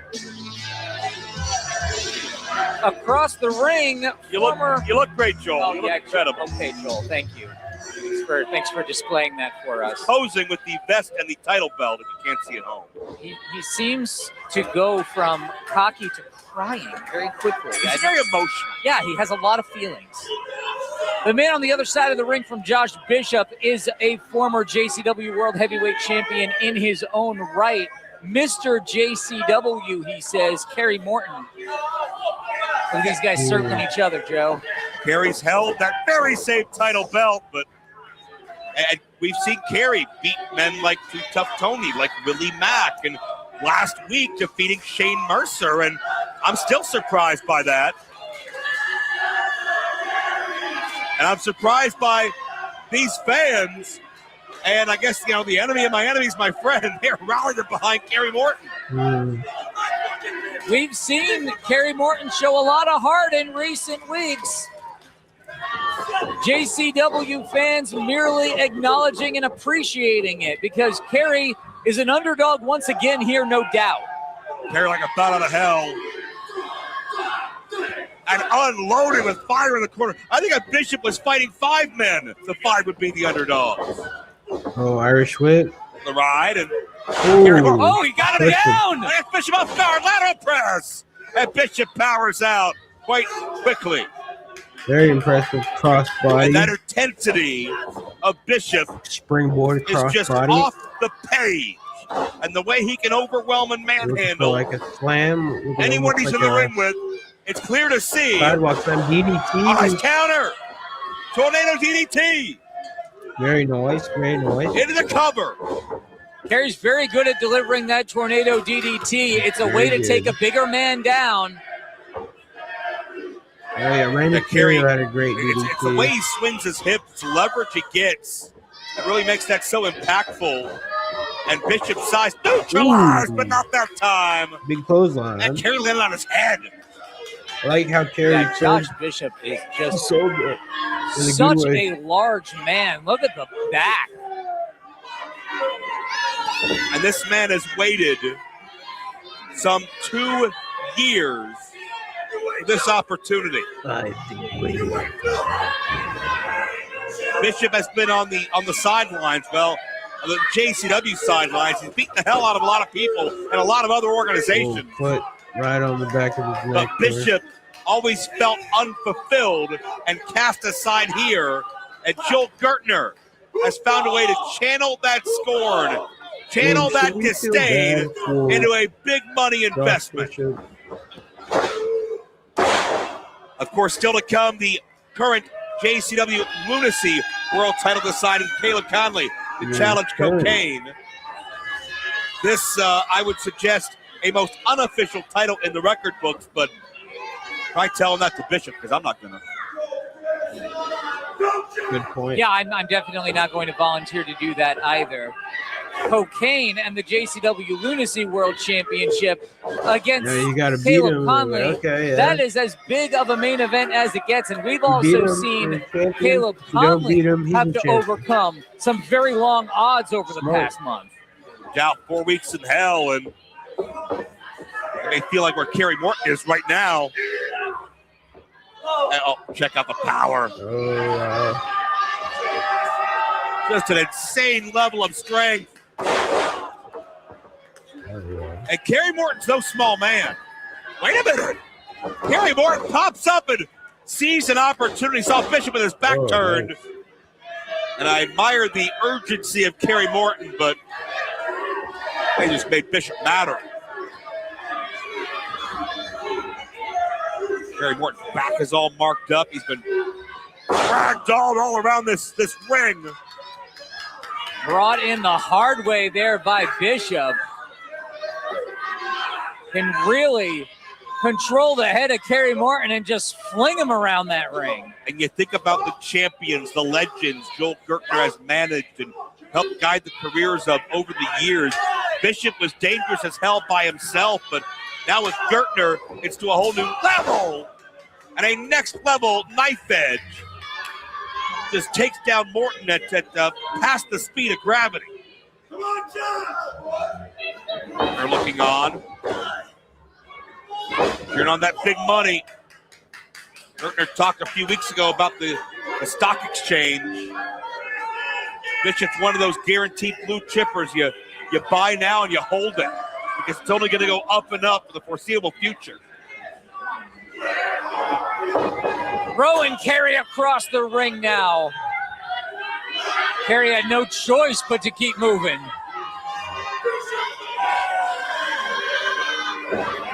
Bishop. Oh, nobody there.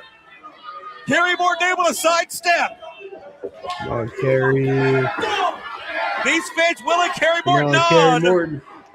Will he be the one to By the take way, Kerry Morton. the JCW original title belt off of Bishop and I guess give it back to Violent J?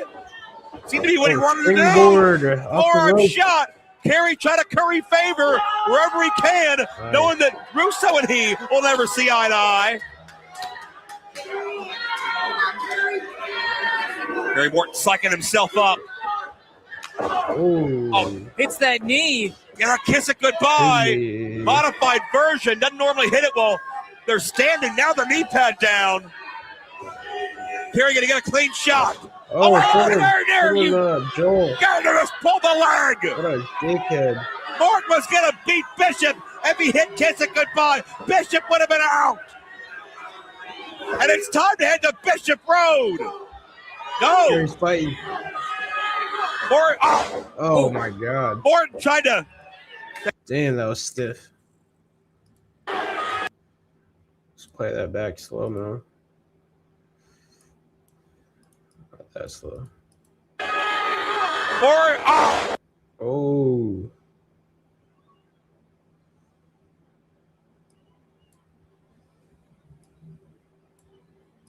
knowing that Russo and he will never see eye to eye. Kerry Morton hits that knee. Normally hit it well. Kerry gonna get a clean shot. Yeah, I went Flag. He hit kiss it. And it's time to head to Bishop Road. Oh. Yeah. Dude, he just kind of dropped him, too. Like, you see how Josh Bishop just kind of dropped him? But at least Kerry took care of himself.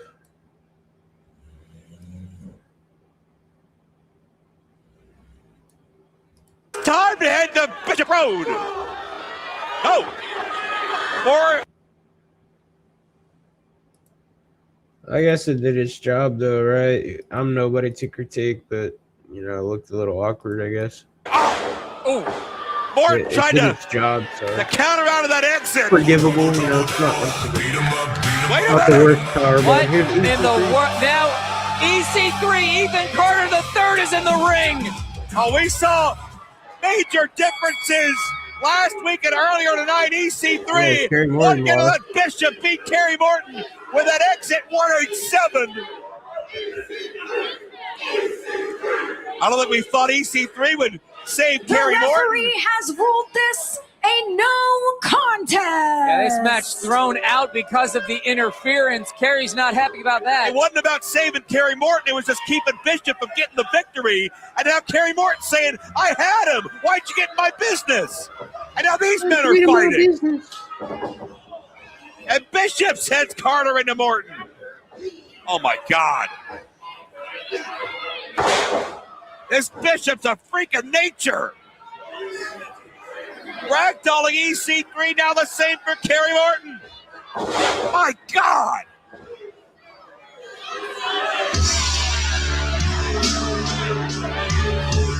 An absolutely menacing figure. The title belt Bishop holds may not be officially an active championship, but Bishop could give a damn less. It's his, and no one's taken it from him in 2 years. Josh Bishop. And this is Bishop's way of telling the world to try your damnedest.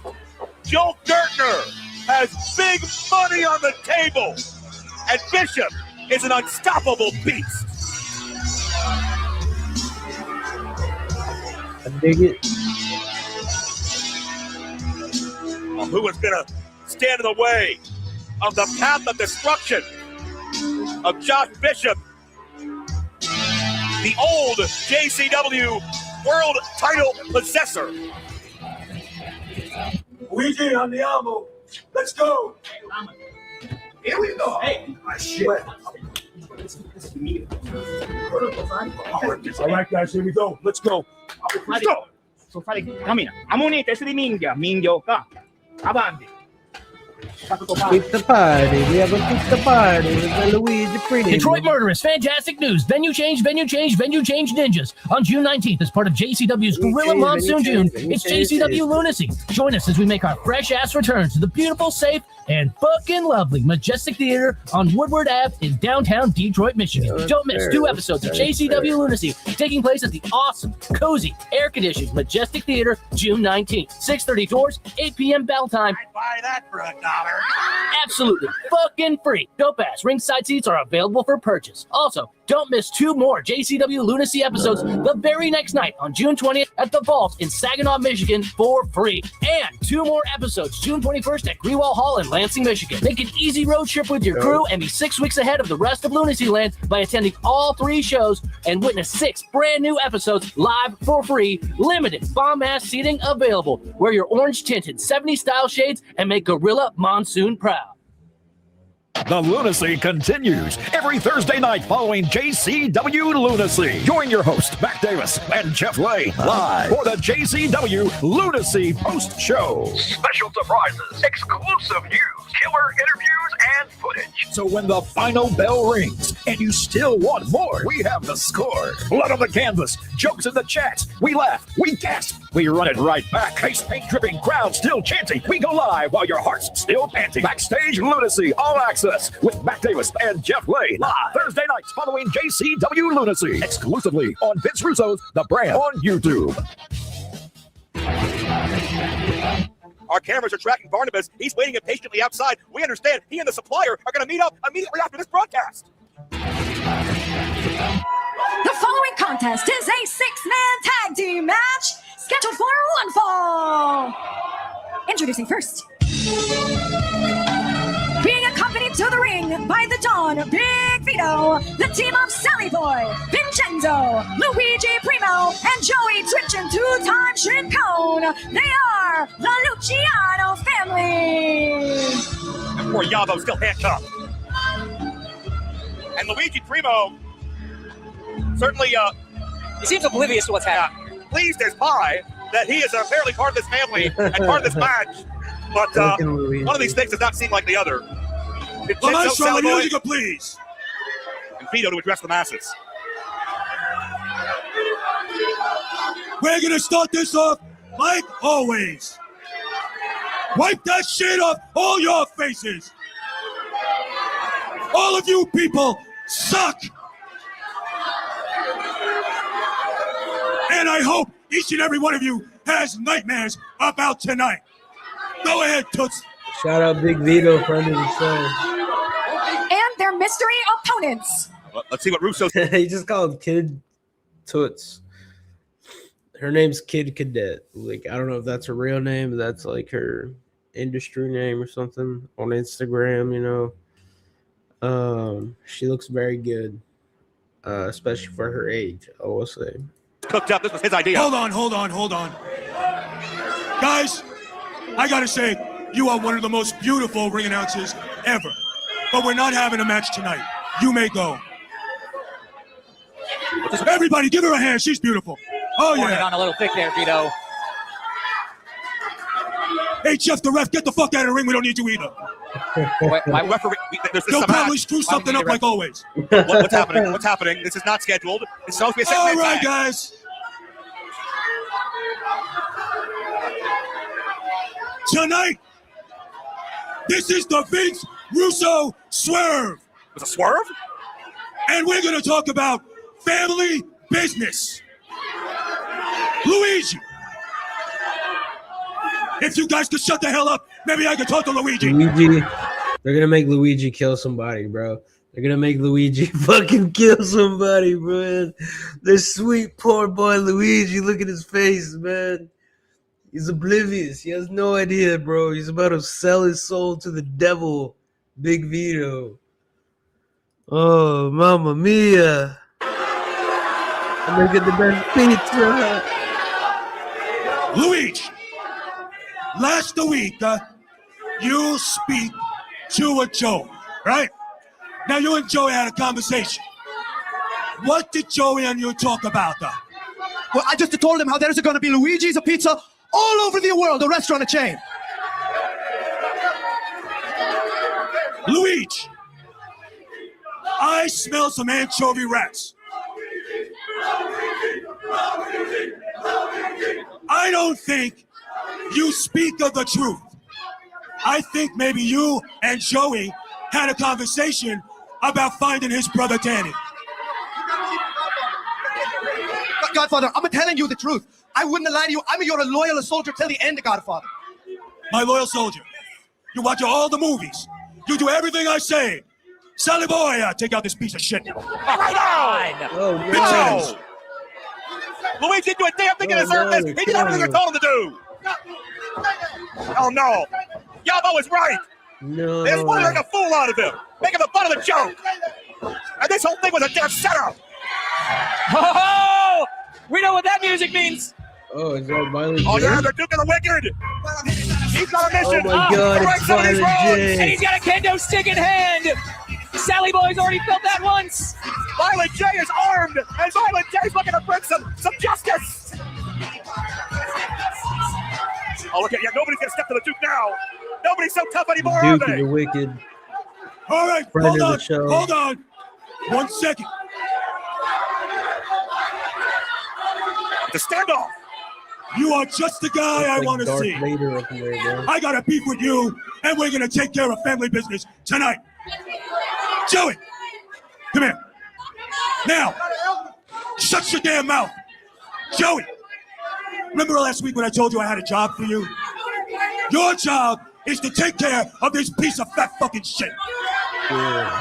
If you don't, you will never, ever, ever see your brother Danny again. You understand? Oh, don't make him. Sally boy, This is an impossible decision. Oh, this is a sick mind game. you had this coming to you a long time ago. Yabo would never do this, though.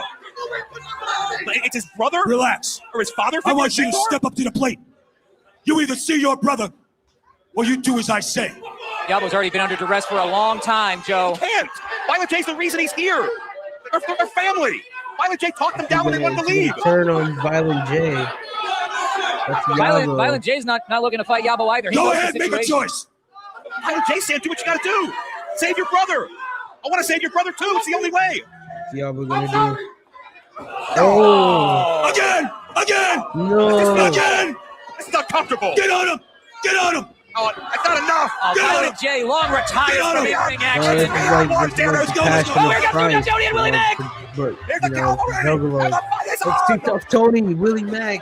Look out. Too The Tough Tony, Lucianos are Willie Mack. scattering. Friend of the show, And thank Too God Tough Tony. that wasn't way worse Fucks with Too than it could Tough have been Tony. That's for my Violent dog. J. But the emotional scars of someone that felt You like gotta get Willie family Mack on the show, too, man. assaulting Violent J. The scars on Yabo having to do that to somebody he owes so much of his life to.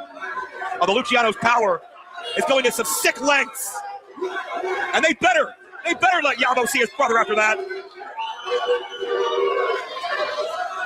Oh, Luigi Primo's hurt. Violent J's hurt. And I hope, through all this pain and suffering, Yabo's at least one step closer to finding his brother in all this. Yeah, we all just want Ruffo back.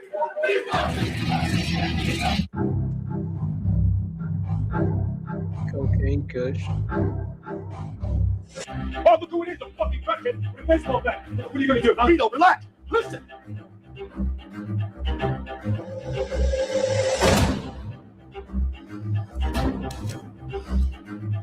Yo, this is AI cocaine doing, bro.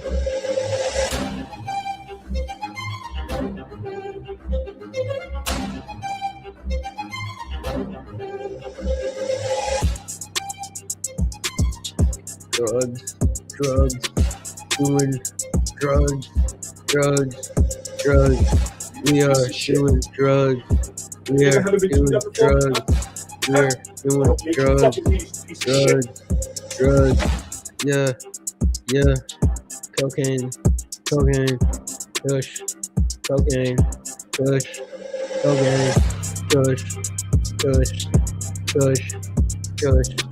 Kush. Lunacy. JCW. Blast from the past. Blast from the past. JCW. Blast from the past. Blast from the past.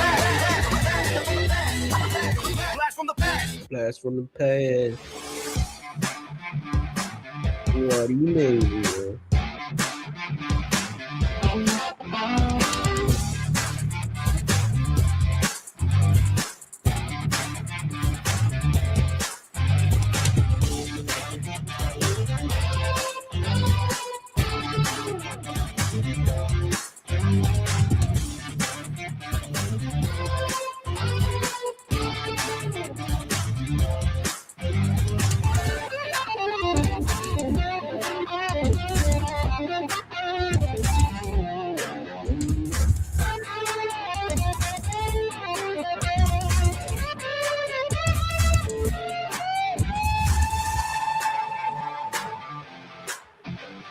Yo, bro, I'm finna order me some food, man.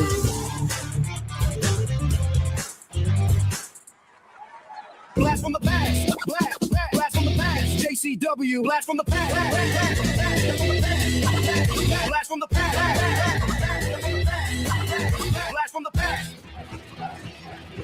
This crowd is still raucous here after what happened with Violent J, and we're still in shock. The attack on Violent J and Luigi Primo, courtesy of the Luciano family, instructing Yabo, Joey 2 times, whatever you want to call him, to assault a man that has been closer than a father to him. They've still, Rocco's God knows where, they've still got Yabo. We need to keep tabs on all of that and make sure that Violent J is okay as well. We're looking for a medical update on Jay and Luigi Primo, and hopefully some updates on this ongoing situation. Of course, we want to invite you to like and subscribe here to YouTube for updates as they come in, and to be on board for future episodes of Lunacy here Thursday, 7 Eastern, each and every week. And of course, follow JCW on social media. We hope to give you more news on one of these issues as quickly as we can. And for all of your JCW apparel needs, you can get your merchandise at psychopathicvault.com. That's right. But we must move on because there's one more match to go. It is for the biggest prize in JCW Lunacy, the Lunacy World title. Cocaine, your proud champion, has to deal with a chosen one who walked through hell to earn this shot, and it's now. The following contest is your main event!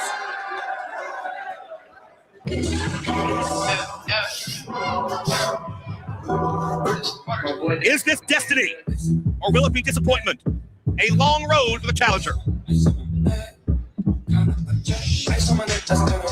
The chosen one, Caleb Conley, was hand-selected by Vince Russo almost immediately after Russo came on board at JCW. You're the guy I want to build this company around. And Russo says tonight will be the night that comes to fruition. Russo has taught Caleb to be more focused, more physical, more aggressive, more in the moment. And certainly, Mark, the win-loss record shows for it. Can't take anything away from the skills of Caleb Conley inside a wrestling ring. This thing has been building for months. Russo's already been here for most of the past year, and it all builds to this.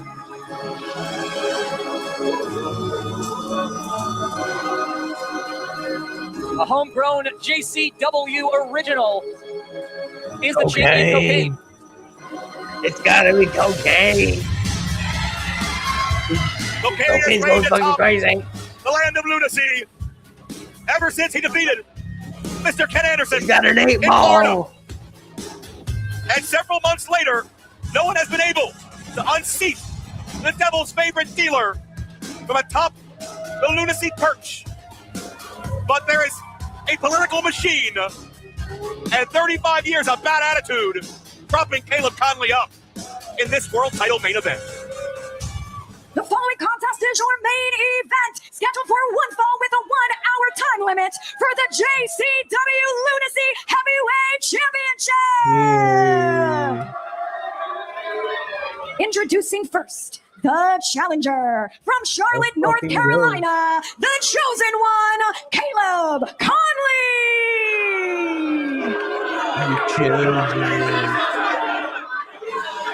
And his opponent, weighing in at 92 kilos, here's your current reigning and defending JCW Lunacy Heavyweight Champion, the Devil's favorite I saw dealer, Cocaine in person, man. He's pretty good. He's very good. You look into the Definitely eyes of both deserves it. champion and challenger, and you see an unwavering I focus. saw him win that too. I was there when he won it.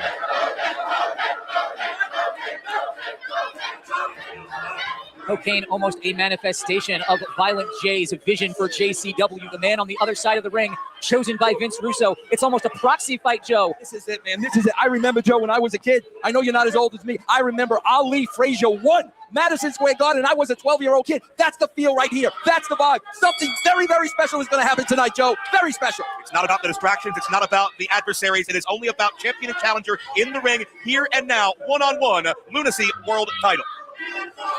This is what it's all about. This is what separates the men from the boys. I told Caleb, there is no tomorrow. There is no second chances. It's tonight, Joe. Now or never. Well, certainly, this has been the moment you've been preparing Caleb for ever since you hand-selected him as the chosen one. It's the moment that perhaps we thought we might get at Stranglemania.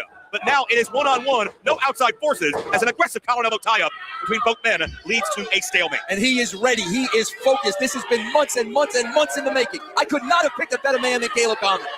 Caleb Conley survived 4 weeks in hell. Caleb And Conley. based on the look on Caleb's face, I would argue potentially Caleb came out of hell better. 1,000%. Joe's little plan backfired because it made Caleb stronger, more determined, more focused than ever. Oh, nice.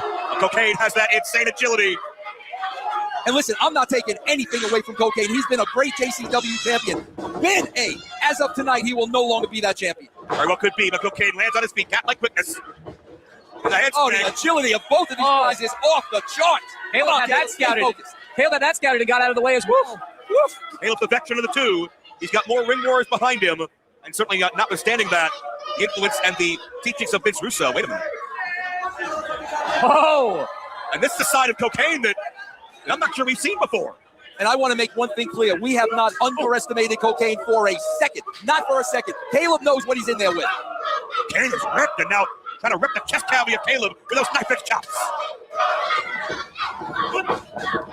Underneath by Cocaine, that's wrist control. And if Cocaine takes to the air, Caleb Conley may be helpless. Caleb Conley is never helpless, Joe. Never helpless. Walking the rope now is the champion. That's it. Listen, I'm the first one that's going to say that's freaking insane. That is insane. And listen, like I said, we know what we're in there against with Cocaine. Make no bones about it. Oh, baseball slide sends Caleb right into the crowd. The hyper-focus of Cocaine has sent his number one challenger spiraling into the seats. Take a breath, Caleb. Take a breath. Take it. Take the 10 count. Take it 10. He won our time. Cocaine! Holy shit! Holy shit!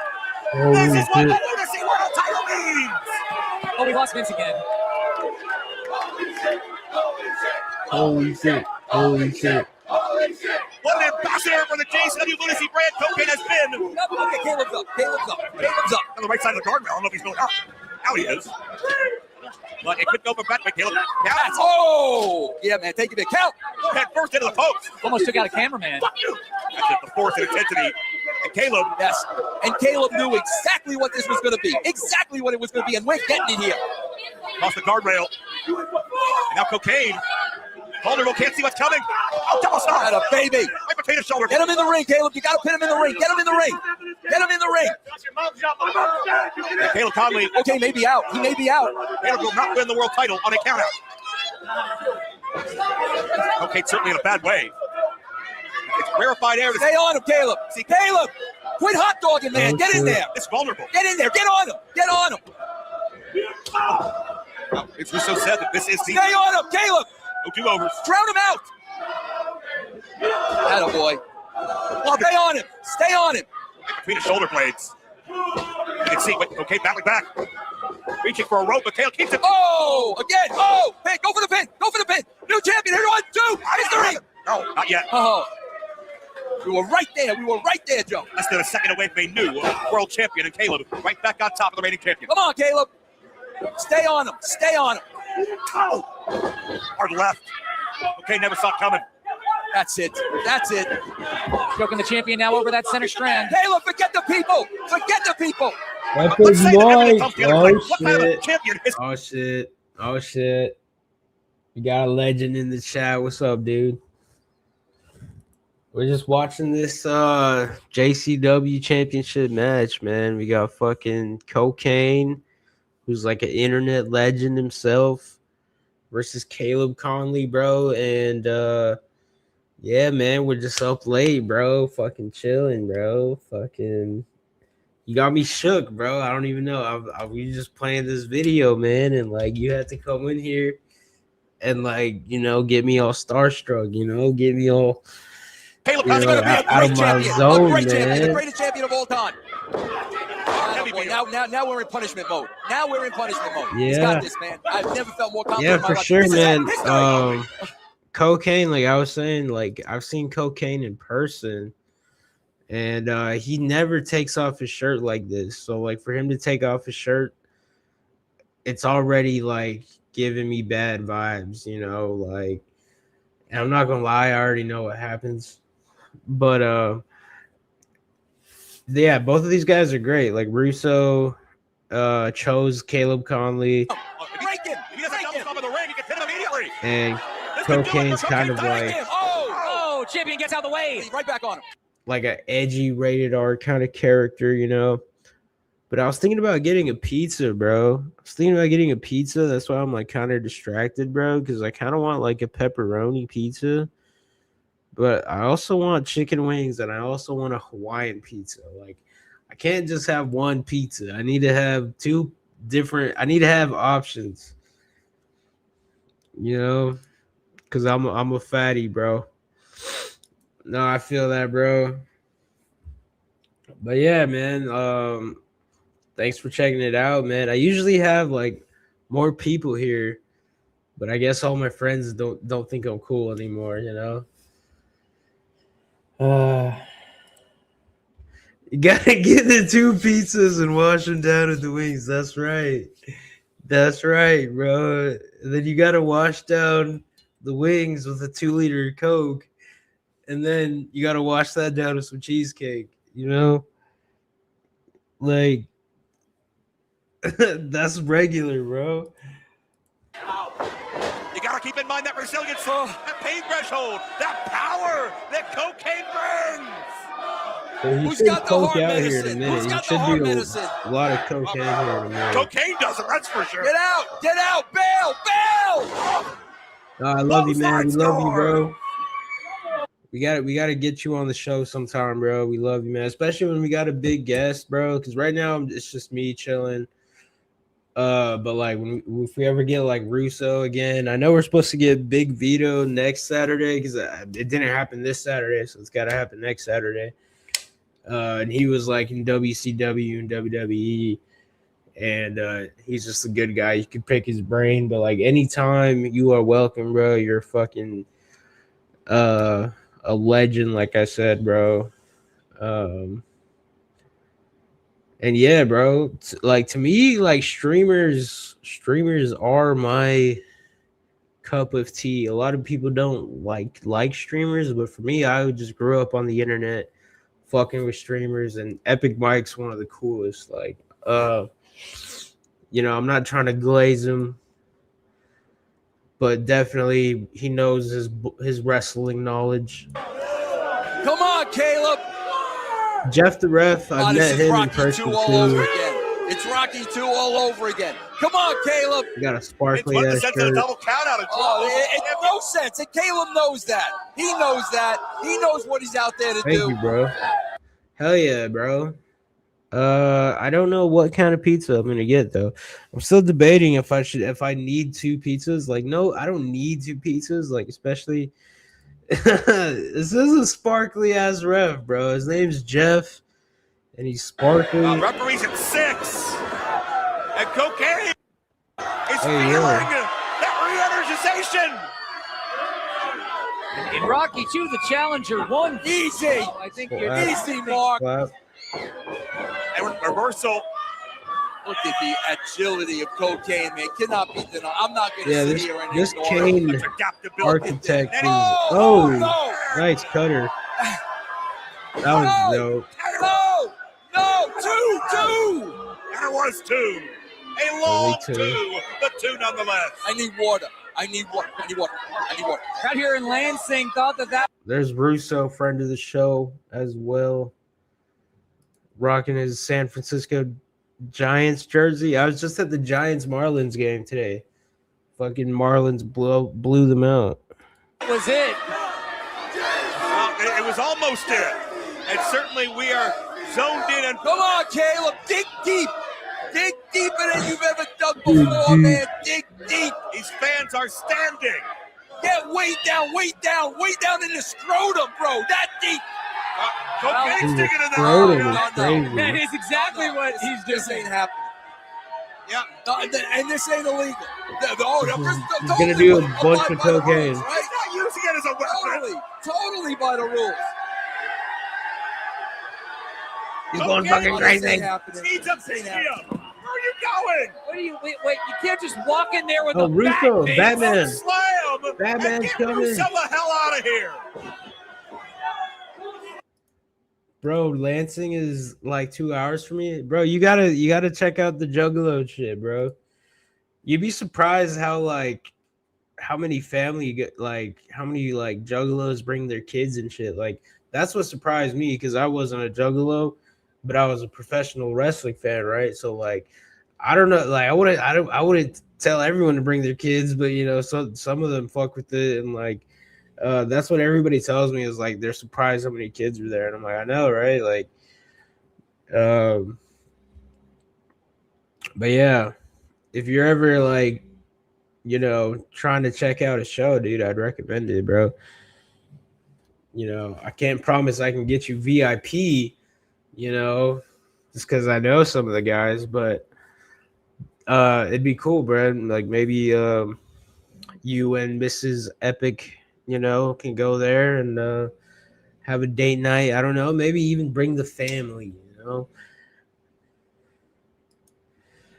All right, I'm gonna have to pop up and see what's up. Yeah, dude. Yeah, they got some talent too, bro. Like sometimes they'll get like Matt Cardona or Nick Nemeth. Like sometimes people will roll through here, you know, have a match. So you never know what you'll get.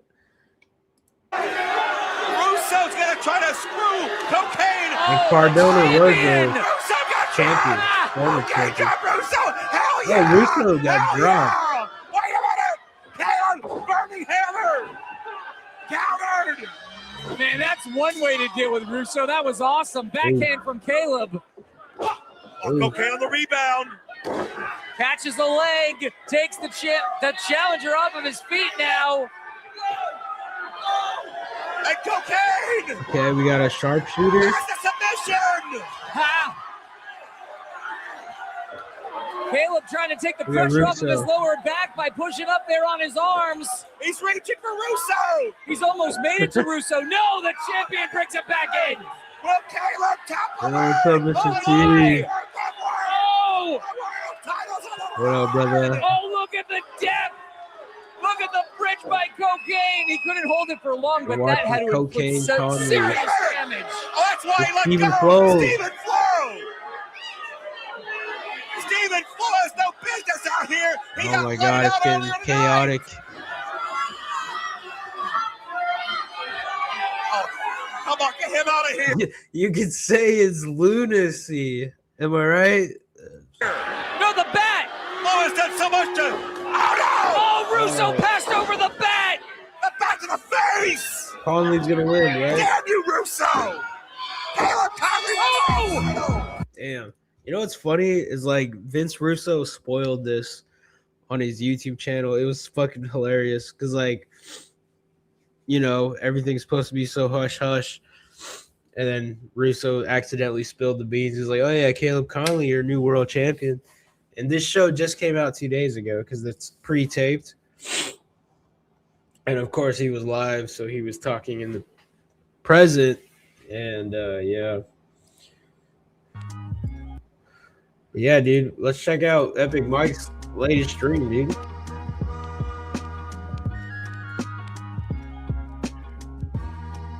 I'm gonna have Epic Mike entertain my streaming audience, okay? Interesting to see a sharpshooter with Northern Light bridge with it. Yeah, it was like a modified sharpshooter, wasn't it? Hey, man, I appreciate you, Epic Mike, man. If y'all don't know who Epic Mike is, bro, you gotta subscribe, bro. Mike's good people. Hell yeah, man. Just dropped his link. I would have checked it out live, man, but I'll be on the replay. Because, yeah, I was doing this. Plus, I got home super late. But yeah, bro. Hey, happy Juneteenth, my black brothers. You know what I mean? Juneteenth was like the other day, but you know what I mean? Like, yeah, Wakanda forever. You know what I'm saying? I'm down with the brown. You know what I mean?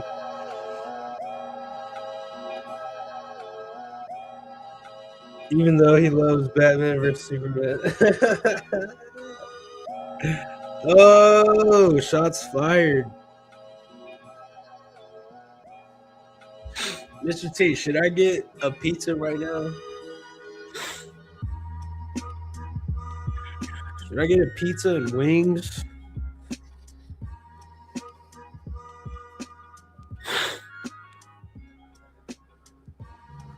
Should I get mango habanero wings and a 12-inch pepperoni pizza? I feel like that's not crazy, right? Like, it'd be too much. It is 1 a.m. Fuck, this isn't open. Damn it. Shit. You're right. Okay, this isn't even open. Never mind.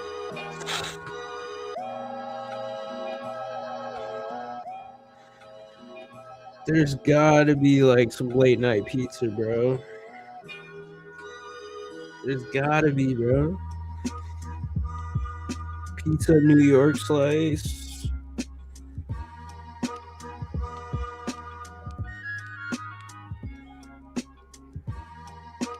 Let me Google something. Pizza New York.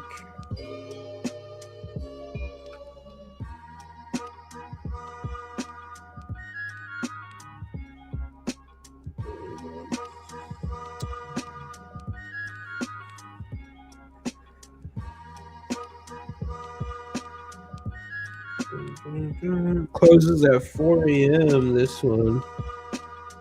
And then what else do we got? Pizza New York slice.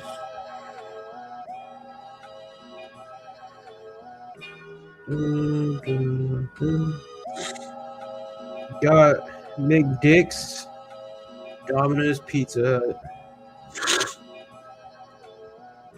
There's a hell of a combination, dude. All right, let's fast forward, dude. God damn it, Mike. Mike and his long ass intros, bro.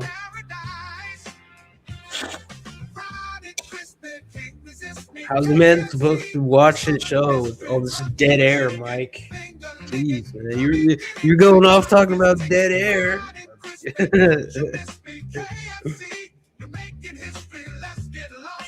Keep it slow. KFC is a gravy gospel. That is peak.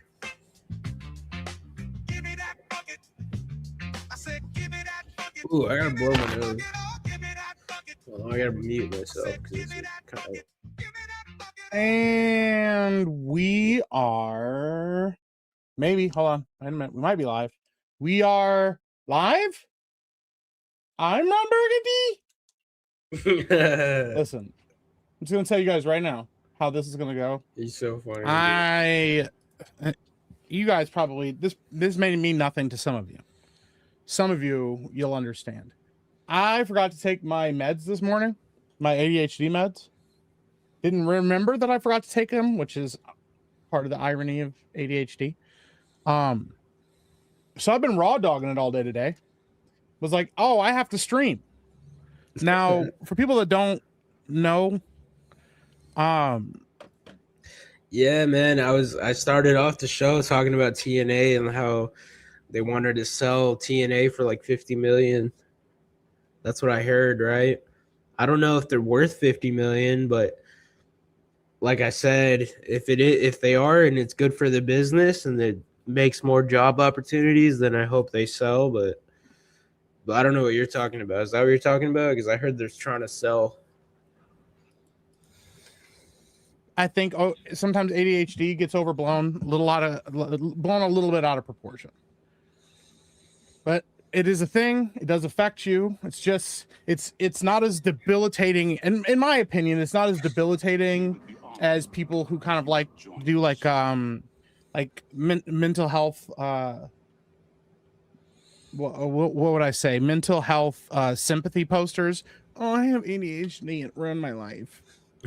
It's more like, yo, my brain has some misfires in it, and because of that, I can be a little bit scattered. I agree. A little bit unorganized.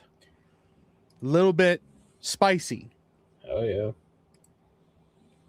So all day today, I just kind of been like, just, hey man, we're just doing the thing, just fucking whatever, bro. Just, kind of bouncing. I was like, I got to stream. So I set up a stream, literally set a time. This is literally what I'm doing right now. Had everything ready to go. Realized, before I even, literally like 2 minutes before the stream was supposed to start, that I didn't have the game set up. I realized I didn't have any of my lights on. I didn't have my mic in front of me. I hadn't checked any of the sound stuff. I had nothing ready to go. My hair was a mess. I was still wearing the shirt that I fell asleep in. I was literally just raw dogging life. Papa John's is open. I wanted to do like this mom and pop shop, but it's going to be like 40 minutes. I don't want to keep them up till 2 a.m. making me one dude a pizza, you know? Yeah, Pin Down covered it. It's bad. I don't know, man. Video library has to be at worth at least 7 to 10 million, maybe. Yeah, like, you know, I heard that they had an offer for 10 million. Also, Anthem wanted to seek to Tony Khan for 10 million in 2020. Yeah, that's what I heard, is that they had an offer for 10 million and then they denied it and they didn't even bother with a counter offer. So TNA thinks they're hot shit. They think they're worth a lot of money, but honestly, like not communism. What's the opposite of communism? My bad. Capitalism. That's capitalism, baby. If this business is about making money, Mr. T. You know this, Mr. T. Like, this business is about making money. At the end of the day, if they can get some sucker to pay $50 million for it, I'm going to give them a round of applause. You know, it's kind of like if Darby Allin gets some sucker to give him $100 million contract to be the world champion, I'm going to give Darby Allin a round of applause because it's not my cup of tea. I'm not a big Darby fan, but I can respect him and I can respect the business of it. But if they're asking prices too high and nobody buys it, then it's just bad business. So they also need to be self-aware. If they don't want to sell for 10 million, at least double that, sell for 20 million. And if you can't get 20 million, then you're probably not worth 20 million. Then maybe try to get 15 million, you know? I know they've had a lot of history, though.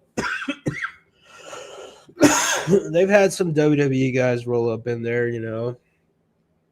Some of them are washed, but like then you did have like AJ Styles there in his prime. So you've had, you know, I don't know what it's worth, but if they can get some sucker to pay 50 million for it, that's just great for them, I guess, you know. I lived in a world where turning on the camera magically got me ready for a stream. And so that's why you guys had to wait a little bit. Papa John. That's what I'm getting. Literally was, you know, doing the things that you do to take care of yourself on a regular basis, having realized I forgot all of those things up until about 5 minutes ago. So this should be a fun one because I still haven't taken my meds because taking them this late at night, I won't be able to sleep all night. But this should be a fun stream. We'll see how this goes. Maybe this will be the best stream I've ever done. Maybe I never needed the medication. Maybe my brain is totally fine as it is. Yes. So I hope you guys are doing well. You say, if I'm double J, see if Tony wants to go in, have to buy it, have Ring of Honor TNA merge. Who's double J? If I'm double J, see if Tony wants to go and have to buy it. I'm a little slow. Who's double J?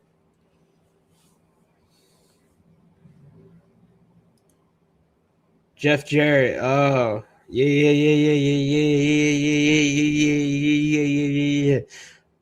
I get you. Okay. I, of course, know who that is. Okay, he kind of slips my mind. I can't put a face to it, but I definitely heard the name before.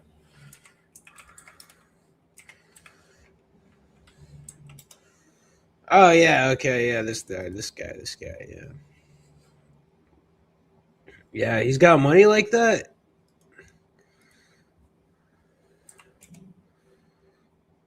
$10 million? He's got $10 million. His net worth is $10 million. I don't know if he can afford it. If they want $50 million, he can't afford it. But if he goes half, like if he wants to give $5 million to Tony Khan and then, give him a percentage. Oh, see, I didn't even know that. See, I did not even know that. It shows what I know, But yeah, at the end of the day, if they can sell it for fucking $50 million, get on them. But yeah, my TNA knowledge is very limited. I know obviously Mr. T knows more than I do, but I'm sure Dizek, shout out Dizek. He watched a lot more TNA than I did. We'll watch a couple more minutes of this. I just got to make my order before it gets too late. First and foremost, after that rant, we got to show some love to our boy, Fruit of the Mystery.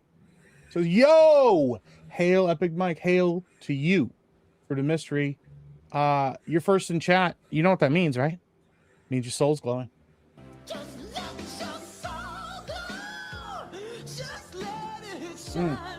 What? Just let your soul glow, baby.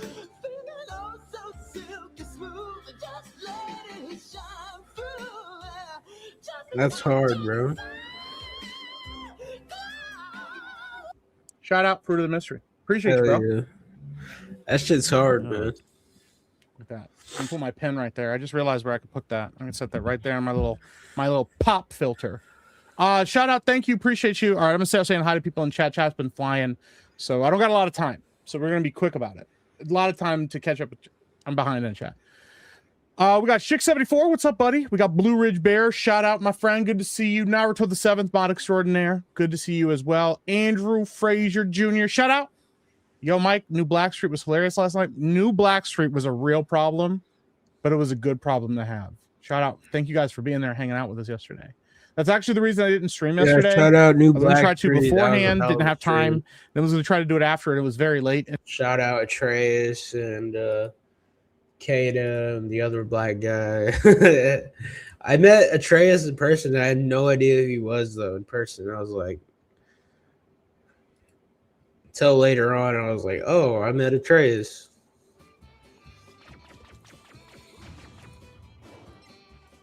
Now we're stream sniping John.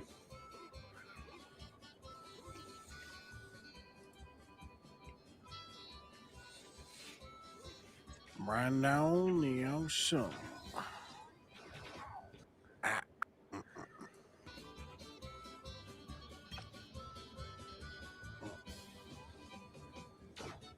Snarky J. This is riveting. This is quality content, folks. My waifu. She's like, hey y'all, Snarky J cosplay here. I just want you to know that I'm really into this ginger from Pennsylvania. And I'm just like, I'm gonna type W. like the cool kids. Don Rickles. Oh, the roast comedian. Yes, I know his work. I did not realize he was the voice. Oh my gosh. I probably heard that mentioned whenever he died or some shit. But anyways, like, I'm not going to be a hashtag fake fan and act like I knew that from the start. Hashtag fight fair. Hashtag ginger. Am I right? Wow, Tommy thinks someone dying is a W. Really sick mind you have there, Tommy. I'm joking. I have no idea what they're even talking about. So I know you're just talking about my perving out on Snarky J. all right, well that's enough. Let's see. I know I got some wrestling related content here I gotta watch. The Horrors of Backyard Wrestling. Welcome back to the Papa. Shout out Papa Meat. I'll drop his link here. Let's react to this video. I wanted to do it with the boys, but since it's just me, might as well pull it out. You know, this is why you save videos, because sometimes you're not going to have your regular kind of episode where you got 12 guys to bounce off of. So today we're just kind of doing reaction videos, you know, and my bad if I'm a little out of it, you know. So, like I said, I don't have my guys to bounce off me all the time, you know, and I'm still starting. I'm still new to this, okay? I'm not as good as Epic Mike. I'm not as good as Mr. T. I'm not as good as Mr. Burger. Okay. No, but for real, you know, I could riff, but I think we should all just take the easy road today, you know? And next Saturday, you'll get the big topics, you know? Meat Channel, how you doing? Conan Sundown, because today we're gonna be talking about underground wrestling. I mean, by now we all know about the WWE. It's an entertainment juggernaut that effortlessly prints millions upon millions of dollars every year. And my God, does my algorithm want me to know it? I feel like the amount of WWE shit I've seen in the last, I don't know, 2 years has been absurd. I've never seen it. It's not that I'm even against it, but it's like I didn't know that it runs that deep. It's comparable to any other extremely dedicated hardcore fan base. WWE YouTube channel has like 100 million subscribers. Didn't know that. And then they just got like this huge deal with Netflix. And I feel like what they're pretty good at is they keep bringing in younger entertainment. So now you have like Logan Paul has been a part of the WWE for like a while. But then even I saw iShowSpeed was on it too. So I feel like they're just trying to inject shit to be like, okay, what will bring a younger audience in or whatever. But I will say it's not my cup of tea. I'll say it's not my cup of tea, except for one thing: wrestling documentaries. WWE or like wrestling documentaries, love them. You just like sports documentaries. I do like sports documentaries, but I will say the Andre the Giant documentary is great. There's a bunch of good wrestling documentaries. They've been around since before most of you were born, you young pieces of shit. And they have a massive following that slurps up just about everything they produce, at least up until recently. Despite the sheer number of amazing talents that the WWE has, their reputation has undoubtedly been on the decline for years, now due to a slew of horrible business and creative decisions. Or is it just a thing that people, do you think at a point it will run its course because people are like, the way that you got into that, I wonder how the fuck did people get into it back in the day? I thought it was all pay-per-view way back in the day in like the 70s, whenever it was like, it was never just always WWE. It was like a bunch of different factions in the nation that had their own wrestling tournaments, and then the WWE like conglomerate bought them all. But before that, it was like, oh, you would go to your local area and watch a live wrestling match. And then after a while, then they did like things like public broadcasting, where then you could like, if you were in that area, you could watch those wrestling matches on TV. And then of course, like in the late 70s, 80s, it was the big boom. Ticket prices are an all-time high, and while recent earnings report. This is interesting. What is this? WWE/F historical annual revenue. Sources SEC, blah, blah, blah. Real-time USD inflation adjustment 2022. WrestleNomics estimate 1,275. 1992 data unavailable. Filing was either damaged or was lost prior to the digital conversion, according to Ohio Secretary of State. Likely represents calendar years sourced from U.S. tax returns data disclosed. Let's see, $100 in 1984. 1985, it's at 127. 1986, 155. 1987, 151. And today, according to this chart, in 2021, 1,186 million, because this is a million. Holy shit. These are millions, so that's a lot of millions. I'm not good at math, but I think that's a lot of zeros, bro. 92 was a bad year in WWF, in my opinion. 94 and 95 were bad for WWF. Interesting. Was that because WCW was kicking ass in 94 and 95? Or do I have the timeline confused? Because I know, like, in 98 WWF was doing a lot better, right? And look at this chart. 98, they had about 200 million. Like, that was pretty good at the time until 1999. They shot up to 392 million, according to this chart. But let's see what Papa Meat has to say. It's a shame he's not a fan himself. He said it's not his cup of tea, but it's not for everybody, I guess.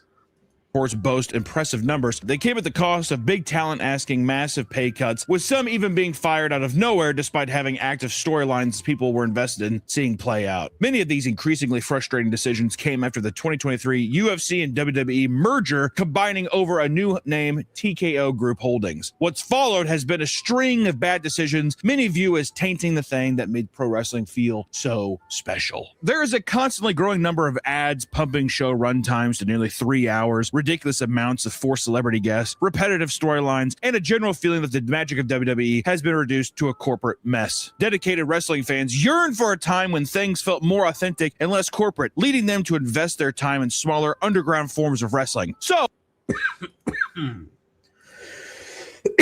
95 was Nitro, but WWF creatively was bad, and they went to small venues after the steroid trial. Plus, Vince's bodybuilding company tanked too. Ooh, interesting. Damn, dude, I didn't know he had a bodybuilding company. But yeah, 95 was Nitro, but WWF creatively was bad, and they went to small venues. Damn. Yeah, well, now they're back as far as like revenue, but yeah, they're so greedy. Like, I'm not mad at them for keeping the lights on. You can't hate anyone for doing that, but for them is to be this greedy, to remind us constantly that Slim Jim pays the electric bill. It's fucking annoying, Let's enjoy some underground wrestling. Hopefully, this is supposed to be a video about backyard. Today, we're going to show some appreciation for these more authentic forms of wrestling, ones that aren't... Wait, what? What happened to the audio?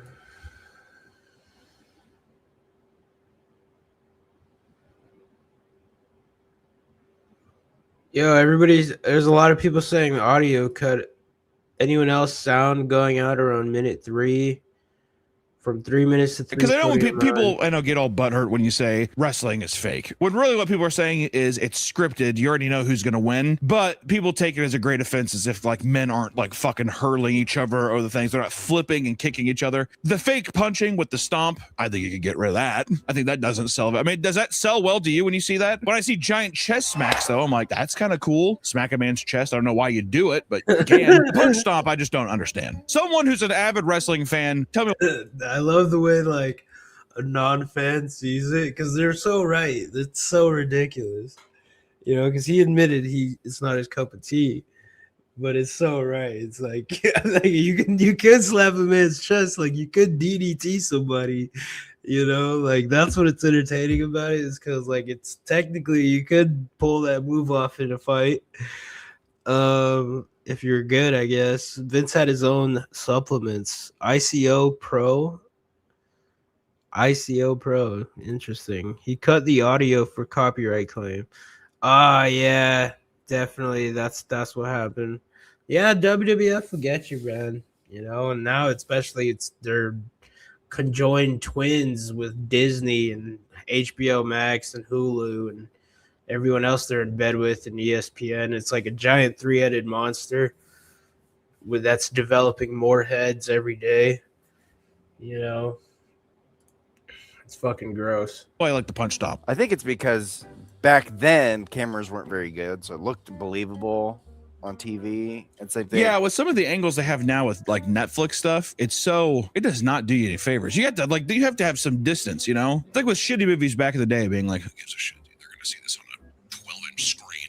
Yeah, I want to take a quick break to buy some Magic cards. The new set just came out and I need new flashy singles for Cube. So why don't I just pop over to Whatnot and see what's going on? Whatnot is the #1 live streaming shopping app where you can browse and buy trading cards, sneakers, movies, and video games and more. I can buy trading cards, I can buy my DVDs, and I can buy my shoes.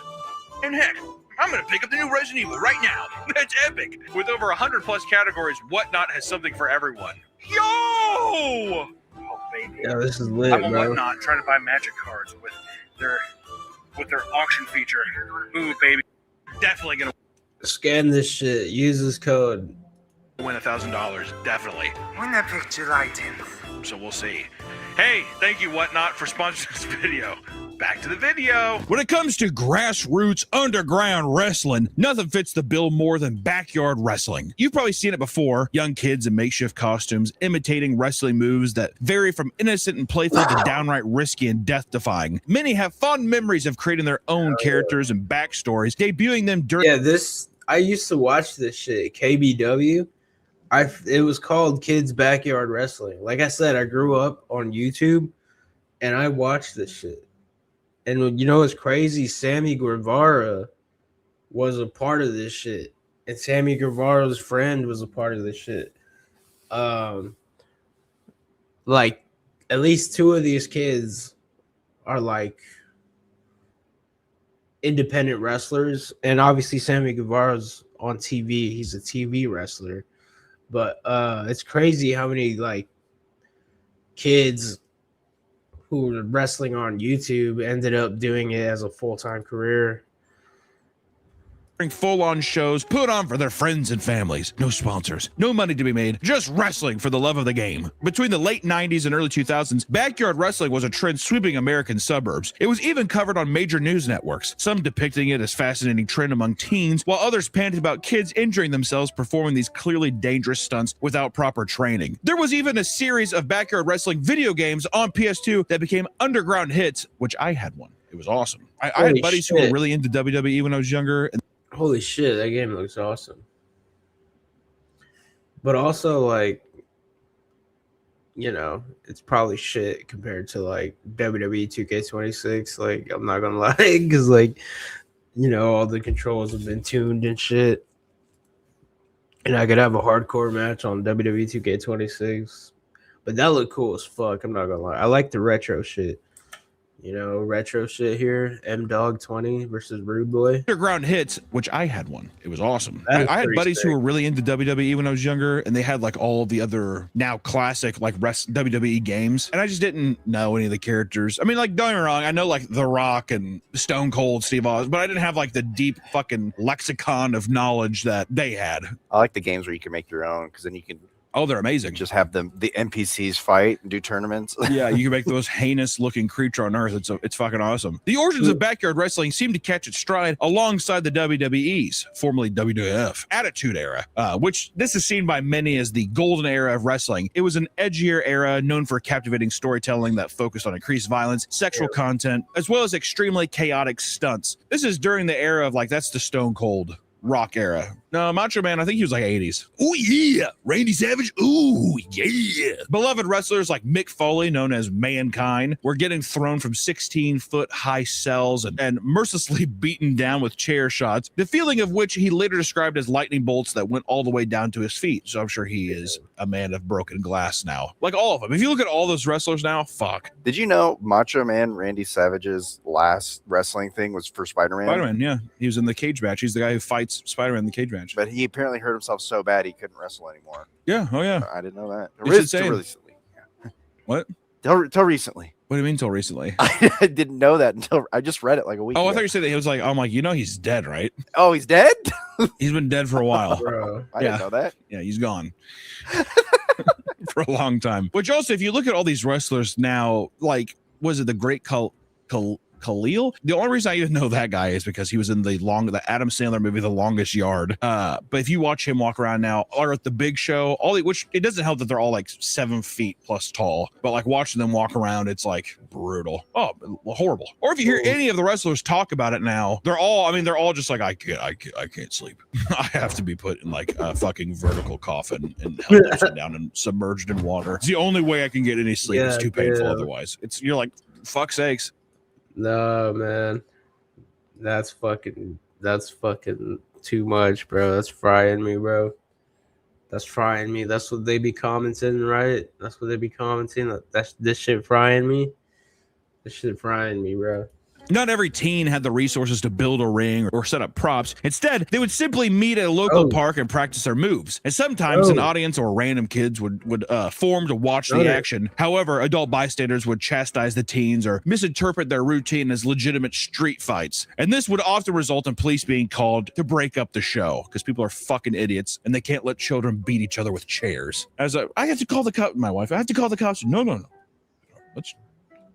Let's see how this rolls out. I at least want to see one kid get hit with a chair. You know what I mean? Like, fucking, if they're doing it, because, you know, I don't think, especially kids, I don't think people realize the amount of like training and like practice that people are doing for these routines. Don't get me wrong, they're getting hit for chairs, but they're probably hitting them in a very specific spot to where it's played out, right? It looks like he's hitting his head, but really it's like he puts his arms up last second and he hits he's hitting his forearm or something. I'm just saying, if I'm there, I want to see a kid take a fucking chair to the dome or a 12 or a 6 foot ladder to the chest, anything. Yeah, exactly. They do the have a kid with the wind knocked out of them.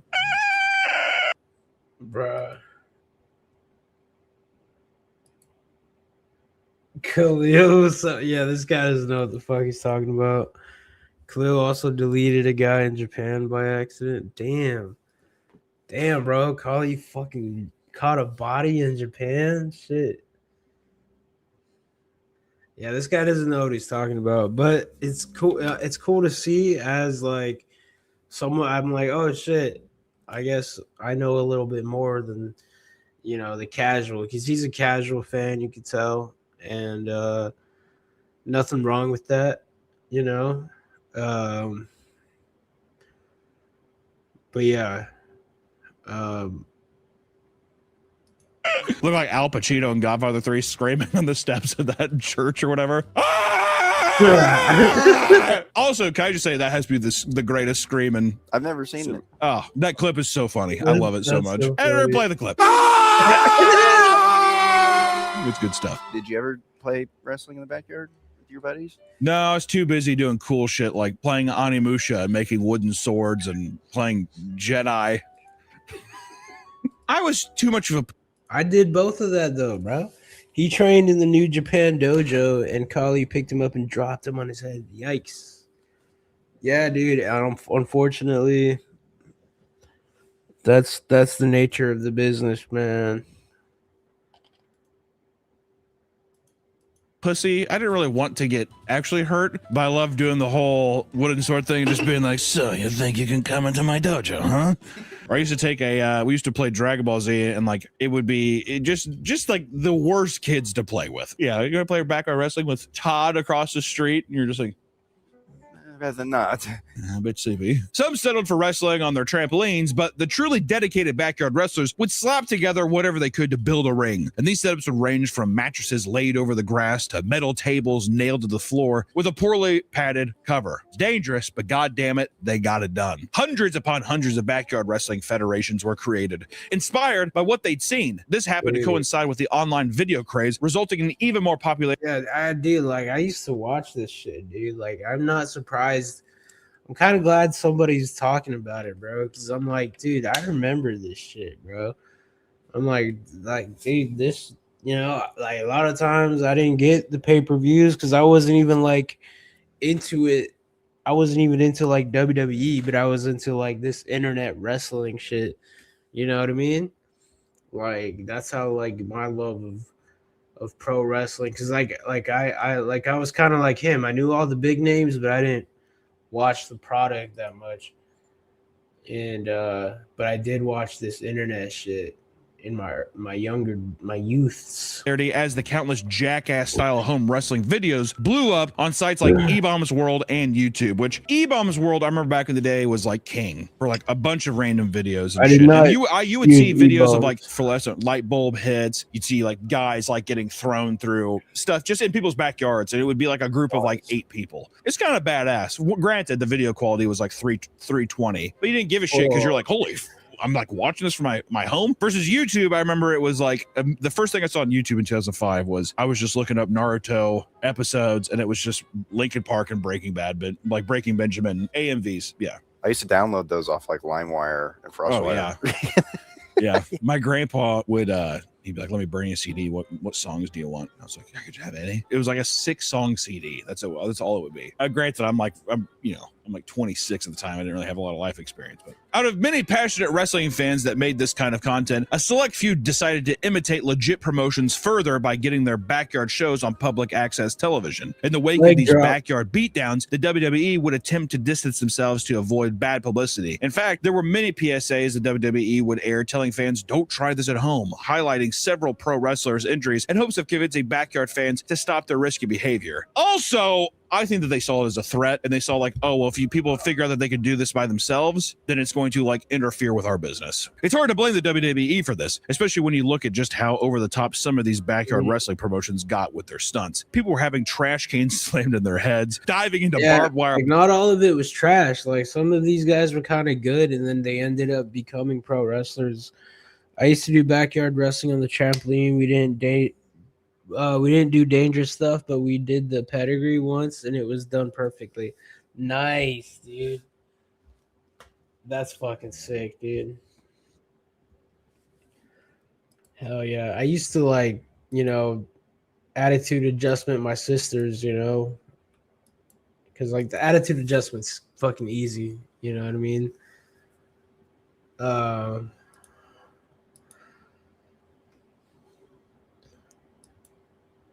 I wanted to look up on YouTube if it's still on YouTube, bro.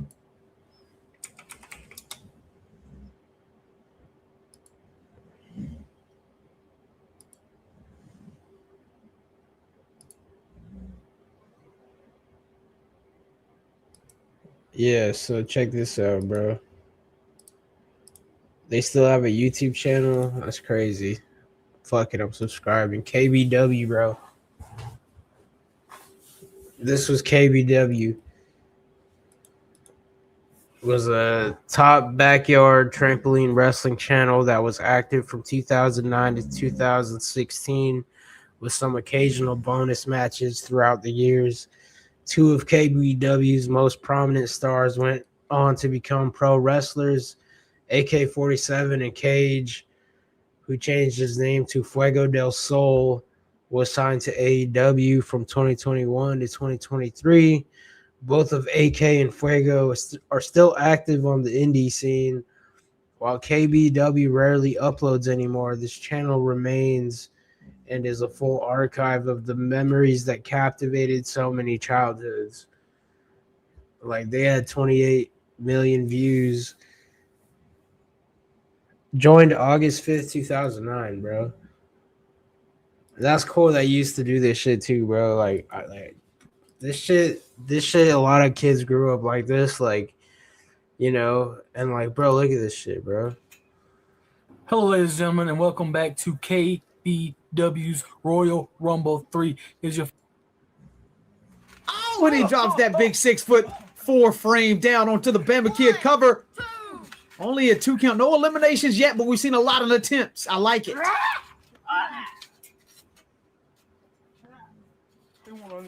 And it's such strength from Pitbull. He's definitely one of the largest men in KBW, and his strength may rival that of even the Bulldozers. Absolutely. He takes down the Bama Kid with Hazard, then throws Hazard on top of the Bama Kid and tries to cover both of them. But now these two doing the smart thing and working together. Bama Kid. Man. Those were the days, man.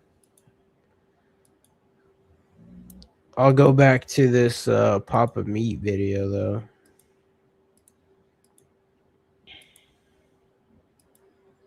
Boards covered in fire and pile driving off of buildings, the latter of which was demonstrated in a viral video that left both amateur wrestlers clutching their backs and screaming in agony, somehow unaware of how this kind of stunt could go wrong.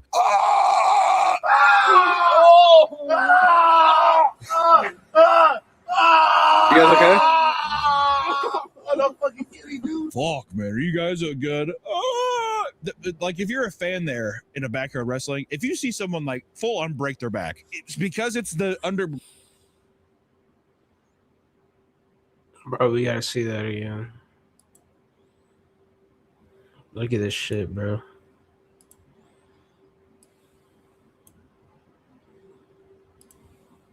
Driving off of buildings, the latter of which. They put the Patreon sign in front of it. Was demonstrated in a viral video that left both amateur wrestlers clutching their backs and screaming in agony. That's pretty somehow smart, unaware of how this kind of stunt could go wrong.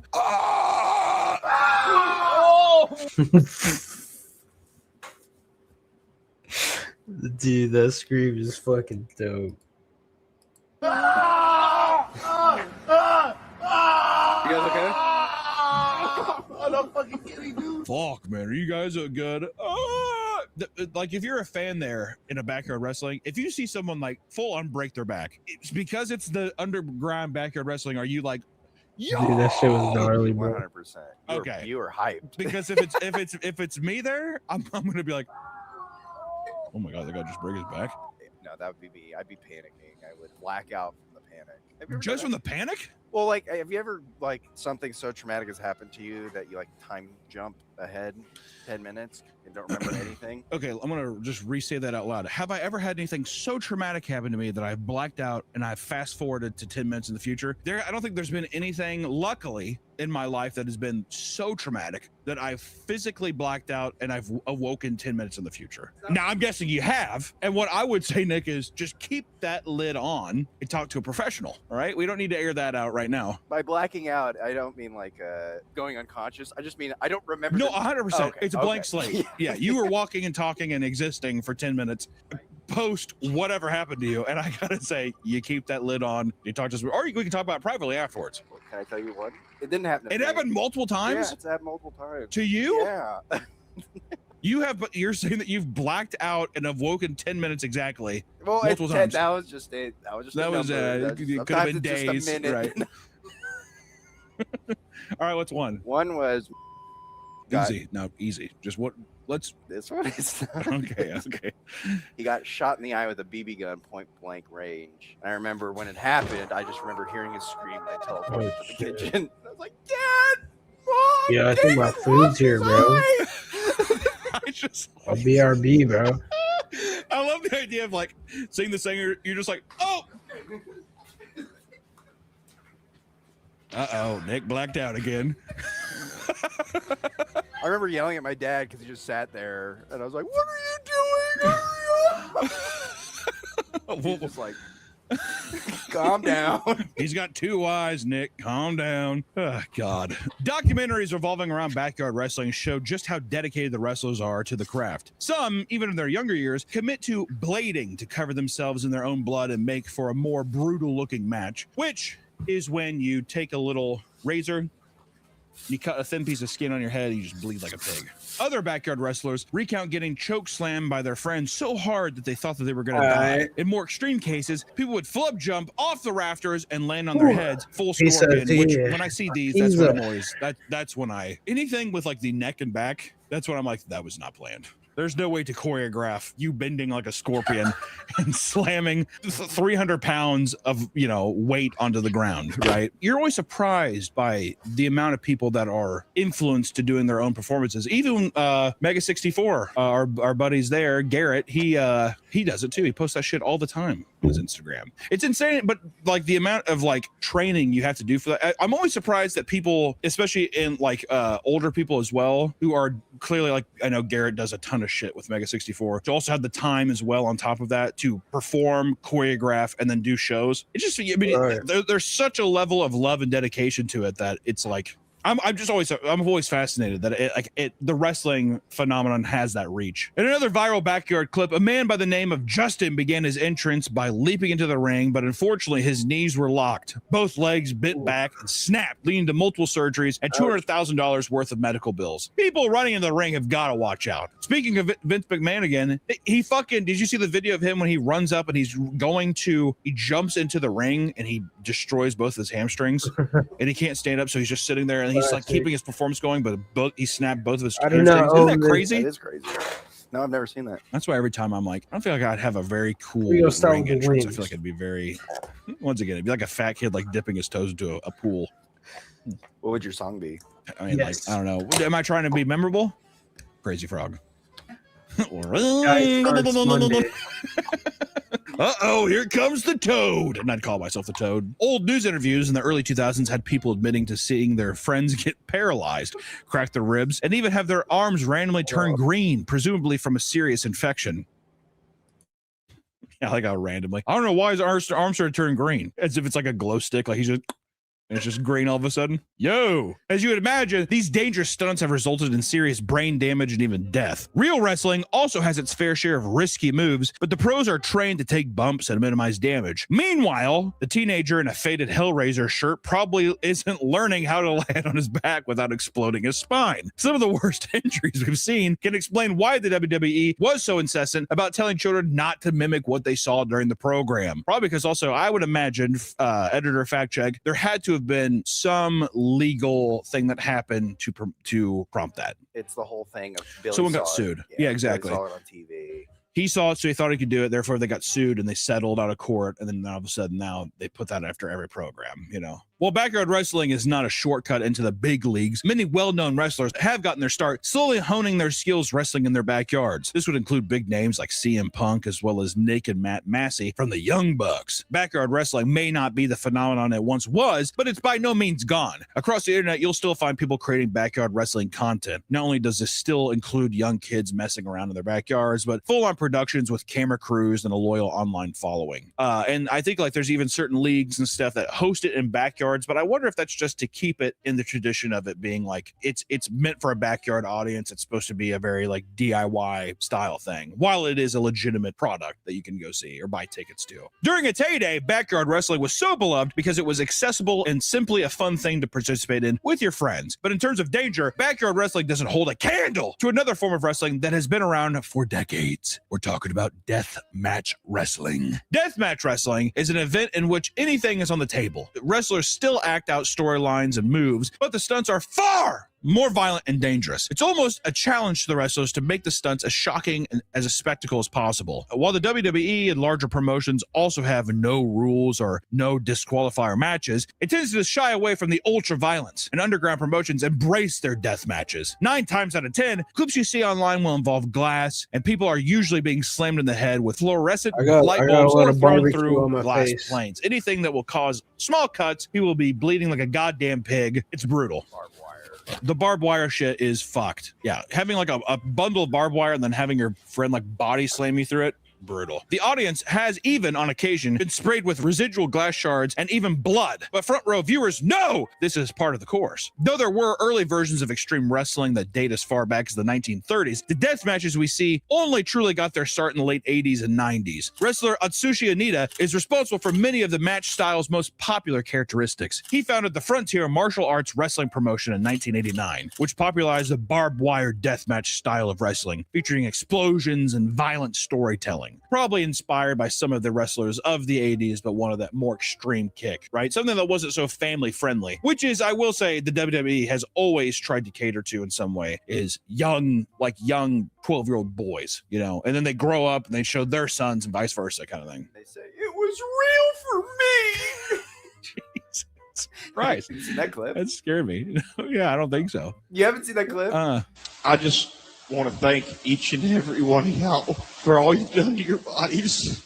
It's still real to me, damn it. Where is he saying this at? I don't know. He just he has a mic. You're holding up against a mic, so he's in some kind of like room. Okay, I don't know. It was real for him. A few years later, Big Japan Pro Wrestling hit the scene in 1995 and innovated on Atsushi's original concept. They began creating a wide variety of gimmick matches that the WWE wouldn't even consider airing on television. Among these gimmick rule sets are tons of animal-themed matches. Quite literally, dangerous animals would be placed in the middle of the ring for wrestlers to interact with. Fuck. One of which is showcased in a match between Mitsuhiro Matsunaga and Kanedo Nagasaki, where a tank of piranhas sat in the middle, and the only way to win was to have one wrestler hold their opponents inside the tank for 10 seconds. There's also the Scorpion Death Match, in which large cacti are placed in all four corners of the ring, and a tank full of scorpions is placed in the middle. Can you imagine getting kicked into a fucking cactus turnbuckle?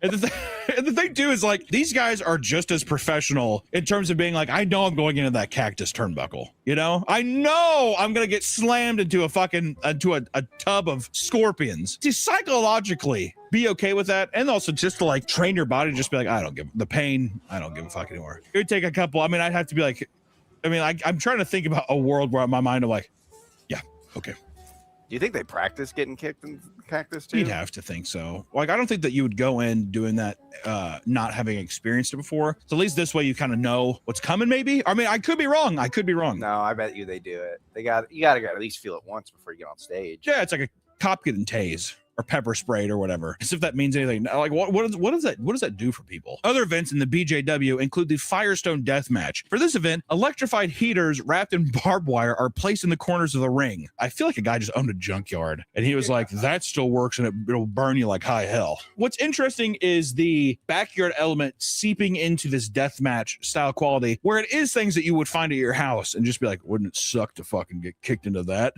But it kind of rules, you know what I mean? There's like a mysticism about that that's really fun. We're like, that is weird. But it probably literally was a guy being like, yeah, I brought these for my house. We could use these. And the Taipei Death Match, where both fighters wrap their fists in rope, cover them in honey and broken glass before boxing each other. That just feels irresponsible.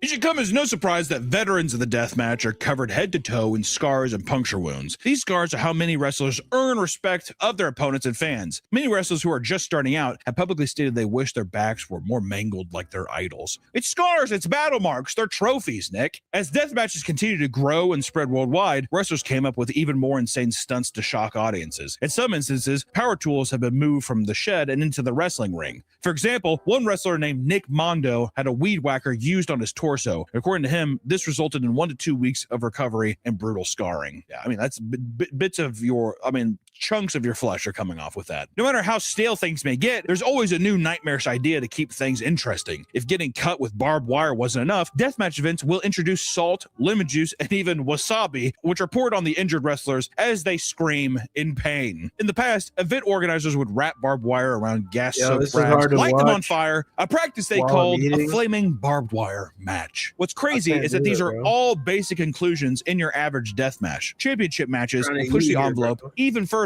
with explosives. These explosives were placed either on the sides of the ring or a few feet away, usually triggered when people were pinned or thrown out of the ring. Most of the most famous examples of this was the FMW no rope electrified barbed wire swimming pool dynamite double hell death match, which had wrestlers put on a boat and brought to a ring in the middle of a pool. Every time a wrestler was thrown into the water, large explosives would send plumes of smoke into the air as the crowd erupted with excitement. Well, deathmatch wrestling certainly has a cult following. There are a fair share of detractors, some of which are wrestling fans that view the niche subgenre as trashy in a way that ruins the reputation of wrestling as a whole. Why don't you have some fun in your life? My God. Oh, God, that makes WWE look, come on. That's not classy. This is classy. I want Bob Dylan up on stage. Who are you? Who are you? Pretty good. Is that good? Who are you? You suck. You're no talent. You're nobody. You're nothing. While many aspects of deathmatch wrestling are controlled, it is far more common to be genuinely injured here than in most other wrestling promotions. Well-known wrestler Nick Gage is a fan favorite that has had one of the largest deathmatch careers in the scene. In 2010, he had 2 arteries in his arm sliced open. Yeah, dude. Like, some of them go way too far. Like, I like a WWE deathmatch, I guess, you know. But Yeah, that's not it. It's a fucking rough fucking pro wrestling form, you know. Like, I can't discredit it, but yeah, I never liked it per se either. You know, it's just kind of. It's like a sub branch of hardcore wrestling that just went too far. And leaving him to nearly bleed to death on the ground next to the ring. Shout out Nick That almost became a death match. There you go. But see, that's once again, it's just one of those things where you have to have people that you trust to do it. Was that a fluke? What happened? But can you imagine how you can't even scream for help. You'd be like, it takes somebody to come up and be like, oh, by the way, this guy's dying, you know? And then the people, the fans are there. That's just part of the show. Could you imagine screaming for help and people think it's a bit?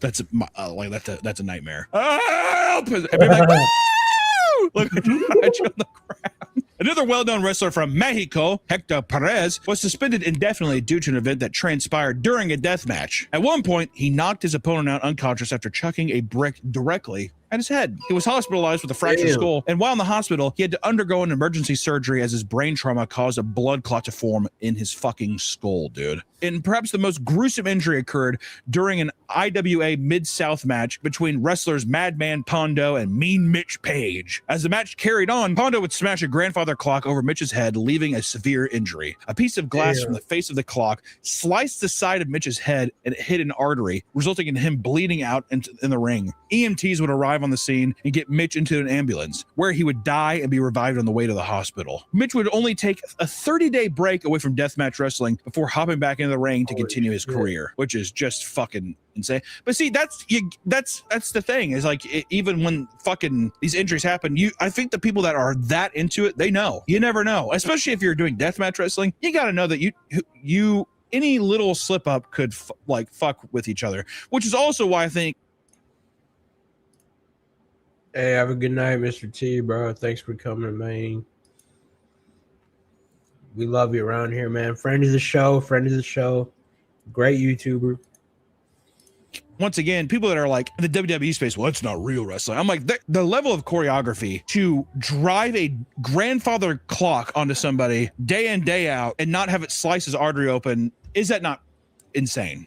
Insane choreography to do that. You know, as extreme and downright terrifying as some underground wrestling subgenres can be, they say a lot about the undying love wrestling fans have for their craft. I mean, even seeing Garrett from Mega 64 do his thing, or dude, I've seen this one guy on Instagram a lot and it fucking rules. I think what's his fucking name? He says it's just the pageantry, the love for it. It's infectious, you know? Oh, yeah, it's the thing that, like, when I look at WWE, I never want to actually watch the wrestling matches. I don't really give a fuck. It's impressive. It is what it is. I'm not into the whole storytelling thing, but watching the documentaries, there is a captivating amount of love and care they give for the craft that makes it infectious. Like you do buy into it, which is why I think sometimes when you watch these documentaries, you're like, holy fuck. At least for me, I get totally hooked. Many of these people literally give their blood, sweat, and tears to put on a good performance, whether it's for a big crowd or a couple of friends with a video camera. While the latter of the two we've discussed today is pretty intense, there's no shortage of underground events to attend or follow online. If you find yourself tired of WWE and other big promotions, perhaps trying experiencing a local indie promotion for a more authentic experience, or stick with WWE, and if you're lucky, you can watch Jelly Roll slam your favorite wrestler through a Slim Jim branded table for the third time in a month. That's fun. Until next time, guys, we will see you then. Bye-bye.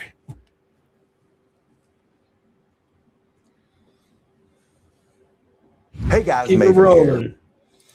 Hey, guys, Maven here. Hey, guys, Maven here. Hey, guys, Maven here.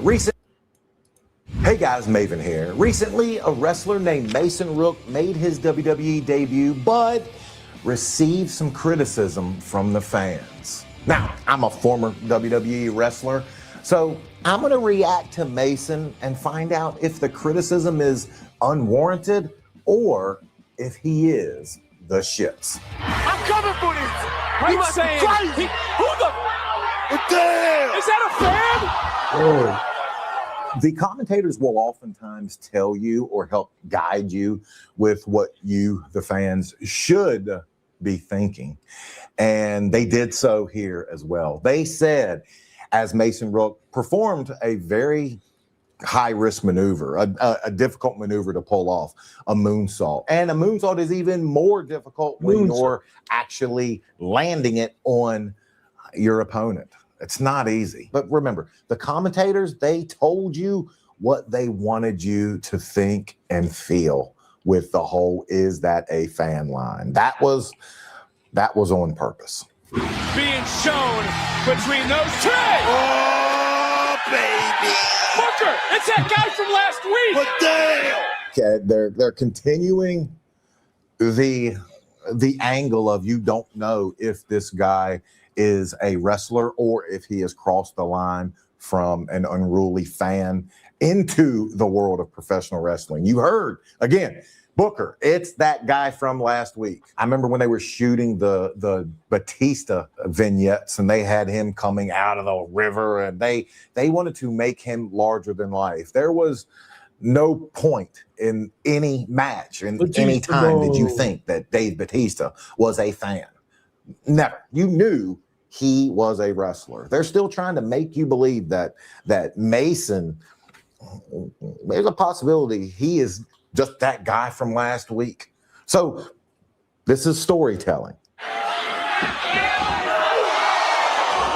the hell is this guy? With them trying to get over the story of we don't know if he is a fan or if he is a professional wrestler, they've asked him to perform 2 high-risk maneuvers, and so far he's pulled them off. I might be on the fringes here, but I actually like the storytelling of taking an average-looking guy, taking a guy who looks like someone you can pass on a daily basis, taking someone who doesn't have that typical professional wrestler physique, and saying, well, is that a fan? I think that's creative. That's a creative way of breaking someone into the business. Now, the wrestler in me knows that once he pulls off a seamless moonsault onto his opponent, and the wrestler in me knows that once he pulls off a running modified Death Valley driver, that tells me he's a worker, and I know where they're going with it. I know they're telling a story, but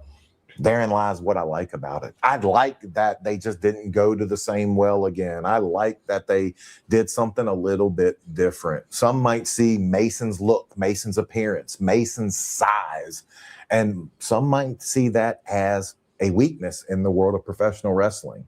Well, I like that the writers, I like that the creative team at NXT took that and reversed it. They used it as a strength in storytelling. Maven. Okay. I think I have finally lost it. No, Maven.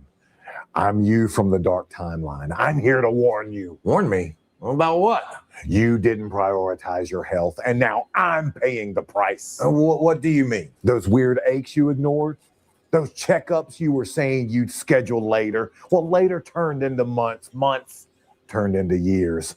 And by the time you finally went in, I realized I should have taken it more seriously sooner. Oh man. Well, is there something I can do about it now? Yes, that's why I'm here.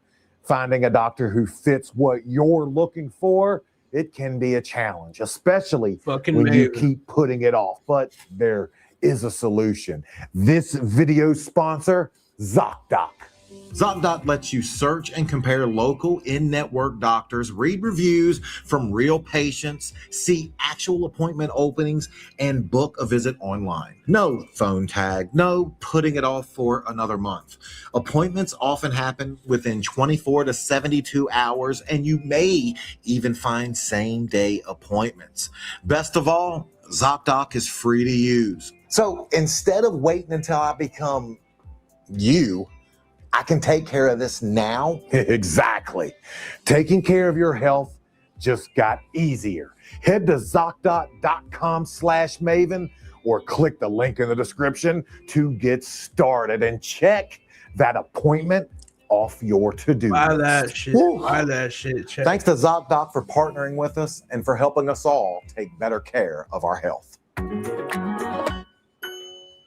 And this is the same man, Booker, because let's be honest with ourselves. Let's be honest with everyone listening. There are 2 different ways people can come to the ring. As a babyface, excited, happy, yeah, I love that I have this opportunity, a good guy, or as a heel.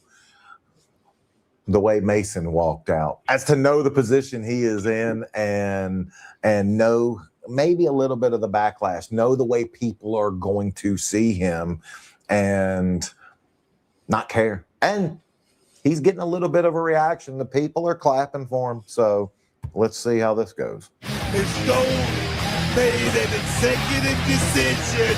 I have to admit, though, as much as I like the creative aspect of the fan, that got into the action, it does set a very dangerous precedent. We don't want professional wrestling to go back to the 70s and the 80s where fans, felt like if they were being slighted, they could get into the action physically. You don't want to create an atmosphere where fans feel, well, Mason did it. I can jump the barricade. They're beating the hell out of my guy.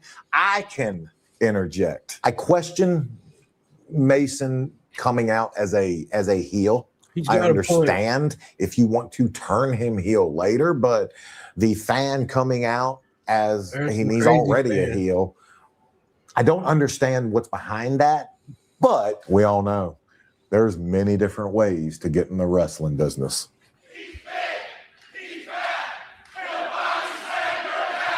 The fact that Mason already has a chant, the fans are chanting, he's big, he's bad, he'll body slam your dad.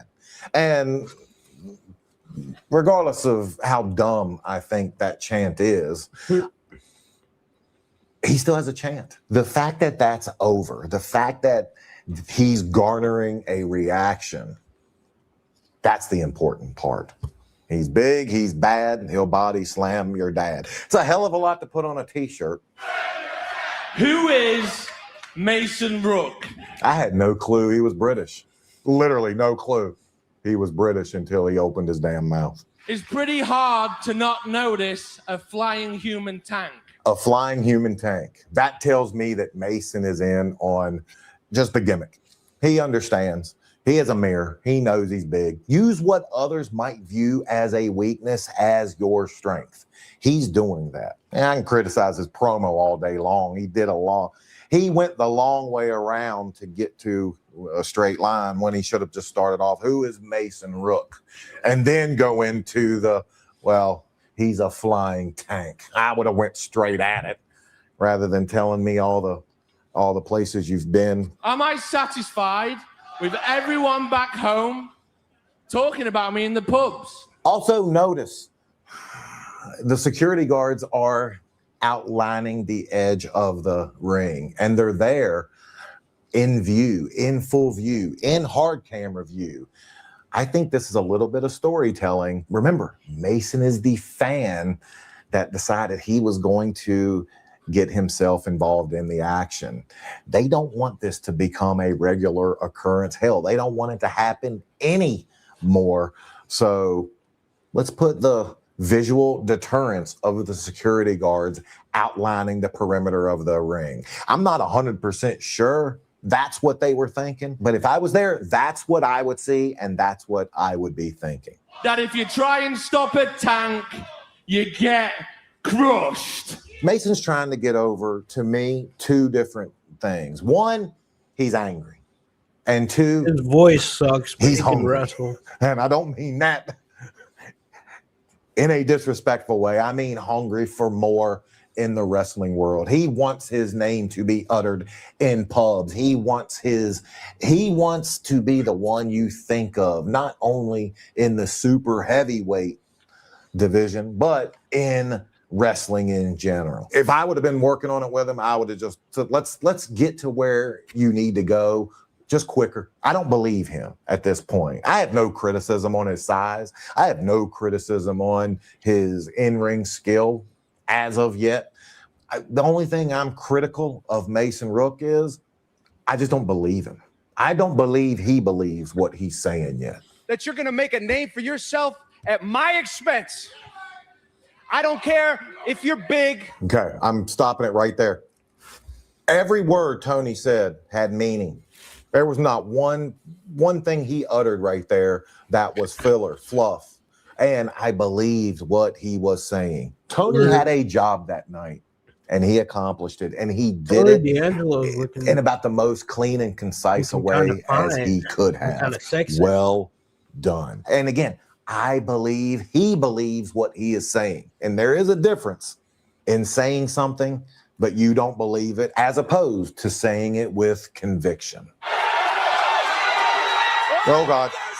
Oh, God. Oh, bro, nobody caught I can't him, tell you bro. how high risk of a maneuver, a moonsault off the top rope onto the floor is. That's about as dangerous as it gets. If you're going to expend that capital, it needs to be clean, and it needs to be quick, and it needs to just happen. Having the wrestler sit and wait for it, and then have it happen, it just, I don't want to say it kills the spot, but the spot's on life support somewhere. I can promise you that. Now I know why they had so many security guards down there too. No one person wants to take the brunt of that 300+ pound man, right? You know, fighting gravity on the way down and landing on you alone. Nah, miss me with that. I'm not signing up for that. He's big, he's bad, and he's officially signed to NXT. To protect Tony there, I would have, because Tony is your champion, this is nitpicking, I would have probably had others from the back come out and maybe not be holding him back, but just be making sure you're not going out there. Go to the back, big man, rather than, I mean, he was basically just attacked from Mason, and he's going to do nothing about it. That's just that, again, I nitpick. All in all, that segment, timing could have been buttoned up on a few things, and I wish he wouldn't have meandered on his promo as much. Okay, but Maven. I definitely see something to work with. Mason Rook. Well, we've been introduced to Mason. We've seen him pull off a few high-risk maneuvers, and we've heard him talk. Now it's time to see him wrestle. The following is the NXT Championship #1 Contenders match. I do question a little bit if they're still going with the Mason Rook was the fan that is now in the squared circle. And the reason being is he has wrestling gear. He now looks way more like a wrestler than he did on his first few appearances. Remember, when I debuted from Tough Enough, I was literally in sneakers. I was in workout pants. The first 4 or 5 matches I had, I was wearing that gear. Why? Because I did not have wrestling gear. I truly was the fan that turned into a wrestler. I don't know if they're still going to go with that gimmick, or if now the veil is being lifted and you see all along, he indeed is a wrestler.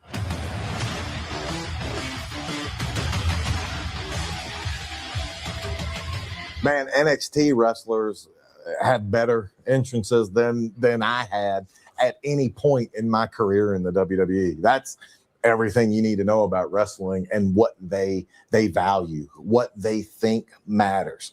This guy's entrance is great. That plan has been to protect Tony D'Angelo. So who do you believe style? If your gimmick is going to be the big man, the tank, and this and that, you need to wrestle as such.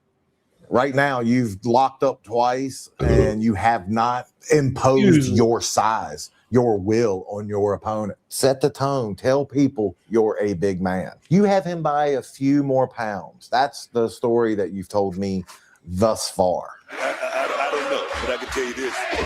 Tony Deeds. That was a great bump. You following him in, hitting the ropes, and he took a phenomenal bump. That's the kind of big man stuff that you should be doing your entire match. Into the cover.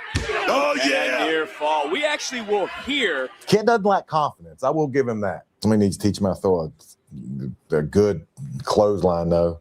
man. But right now, somewhere, Bob Holly's watching that, and he's getting pissed just watching that shitty clothesline.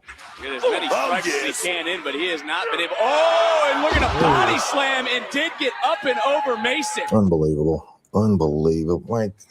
Like I quit. I quit being a wrestling fan. You've told me countless times, this guy's a tank, he's big, he's this. And you let him, and then you let someone slam him. Naraku's whole match should be focused around getting the tank off his feet. Everything you told me in that promo, from the pubs of across the pond to wherever else the hell you've wrestled, and how big you are, and how you want people to know your name. And then you just within a couple seconds of a match, a couple minutes of a match, you're getting slammed. Nah, man. But Rook now, is he looking for a top rope? Oh God. Oh, no. Avalanche! Oh my God! That was dog shit. Yeah, move over just a little bit more. Okay. You good? Oh, all right, here we go. Let's go. We talk about how professional wrestling it's struggling. And it's not from a lack of fans wanting to like it. It's from stuff like that. Something can't be done a little bit crisper than that. Maybe take that off your list of shit that you got to get in. Mason Rook, he's definitely looking to step into those shoes here in NXT. Oh, big shot. Now he's getting to the trying to knock the big man off of his feet. But we're past this point. Hell, he's already body slammed. Right. Trying to follow it up with some combination Yeah, offense. he's gotta get him. Naraku, though, got caught. Slam! Center of the ring. That tilt-a-whirl looks great. I want to like this kid because he does mix agility with size. And you can tell he doesn't have much fear. So I want to like him. Mason took him out, but that opened the door. And certainly entering the abyss. For the most part, I thought Mason didn't do a bad job. There would be things I would tell him to take out of his arsenal, and there would be things I would tell him to make sure he gets in more. That tilt-a-whirl looked good. That finishing maneuver that he went for, it looked great. And obviously, he is agile. He is nimble on his feet. All positives. As for the criticism for Mason, and I have plenty of criticism to offer him, but none of it is towards his outward appearance. All the criticisms I have for the man can be learned and can be figured out in the ring with reps. All the criticism aimed at him for his appearance, well, that's just insecurity, but not on Mason's part. On the criticizer's part. I admire and I respect him for having the balls, having the fortitude to put all that aside and to go out and do something not many people can do. If anything, we should all have the guts that Mason Rooks have. Hell, I hope I do. And I can say all that because I have been in the ring with an agile big man and I've taken the Visagra. And to find out how that felt, watch the video on screen. Welcome back to the Papa Meat channel. How you doing? Coming on Sundown because... All right. Hey guys, Maven here. Recently, a wrestler named Mason Rook...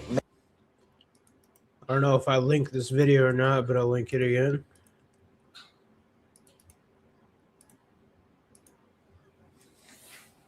I'll be right back.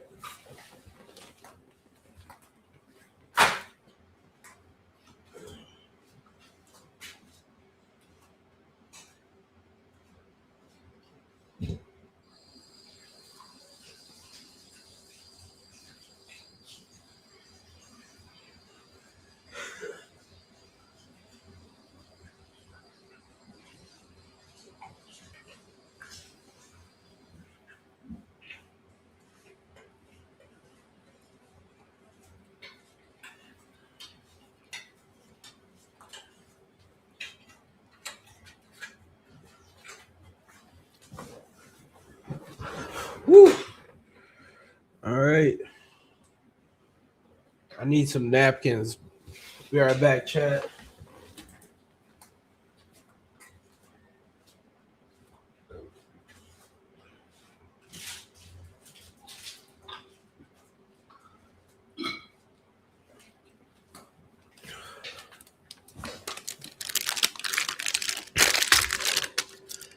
All right, I got some wet naps.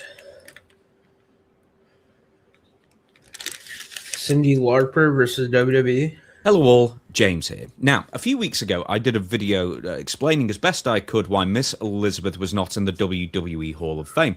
Then a story came out yesterday. As I record this, it might be a couple of days after when this video was released, that reminded me of perhaps WWE's most glaring omission for their celebrity wing of the WWE Hall of Fame, Cyndi Lauper. Now, for the first time ever, WWE and Mattel are releasing an official Cyndi Lauper figure packaged in a sweet CRT television package along with Rowdy Roddy Piper and her on-screen father, Captain Lou Albano. I should actually say this.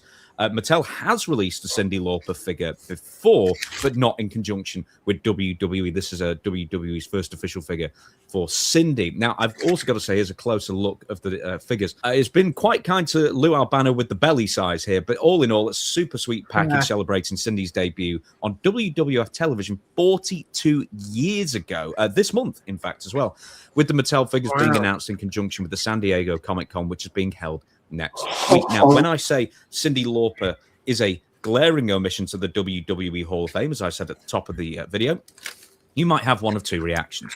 Number one, you mean Cyndi Lauper isn't already in the WWE Hall of Fame? Or number two, why would Cyndi Lauper be in the Hall of Fame? She made like a couple of cameos. Well, if number two there is your argument, that's all WWE Hall of Famer Ozzy Osbourne ever did. And also, if you think that Cyndi doesn't deserve that accolade of being in the Hall of Fame for WWE above almost any other celebrity currently in there, you clearly do not know what you're talking about. And I'm going to explain why.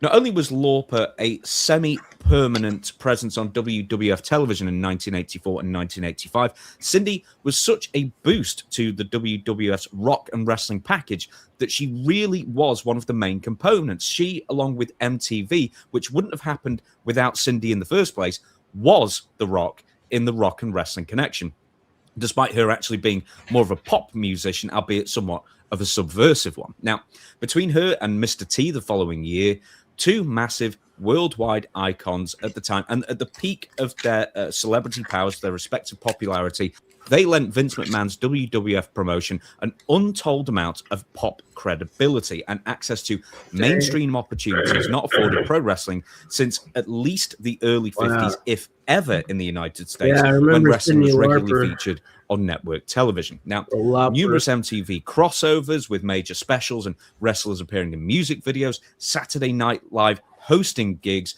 mainstream news coverage, the show where Hogan choked out Richard Belzer.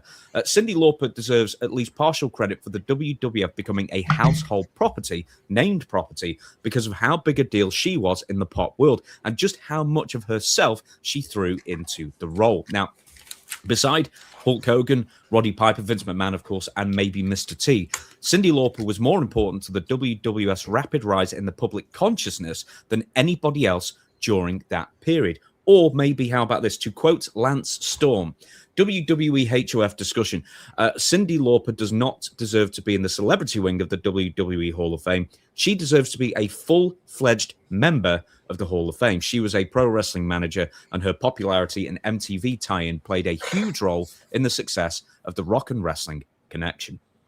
To the beginning then.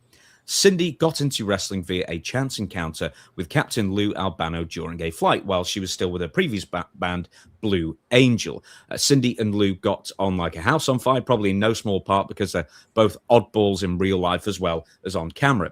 Cyndi's manager at the time, David Wolf, was a massive wrestling fan, and he was kind of determined to keep the whole wrestling connection alive through Cyndi's burgeoning solo career. For longtime wrestling fans, David Wolf was part of numerous WWF shows accompanying Cyndi Lauper and also briefly managing the Fabulous Freebirds, also during one of their only brief WWF run. Yeah. Anyway, when Gorgeous George wasn't available... I mean, I totally agree. She deserves to be in the Hall of Fame. And she's done she's done a lot for the company. She's done a lot for the business. You know, definitely a lot more than Travis Scott.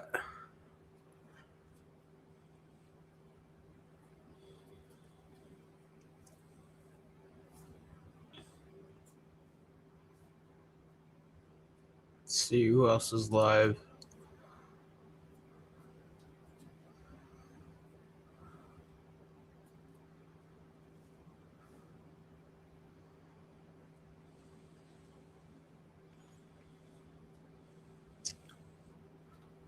Is John still live? No, he's not.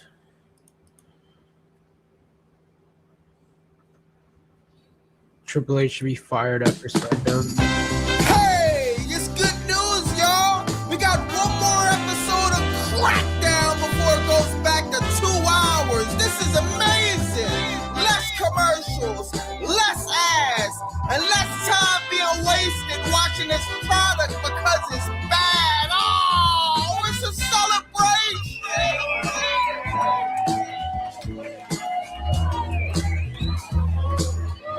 I got fucking kill my shit.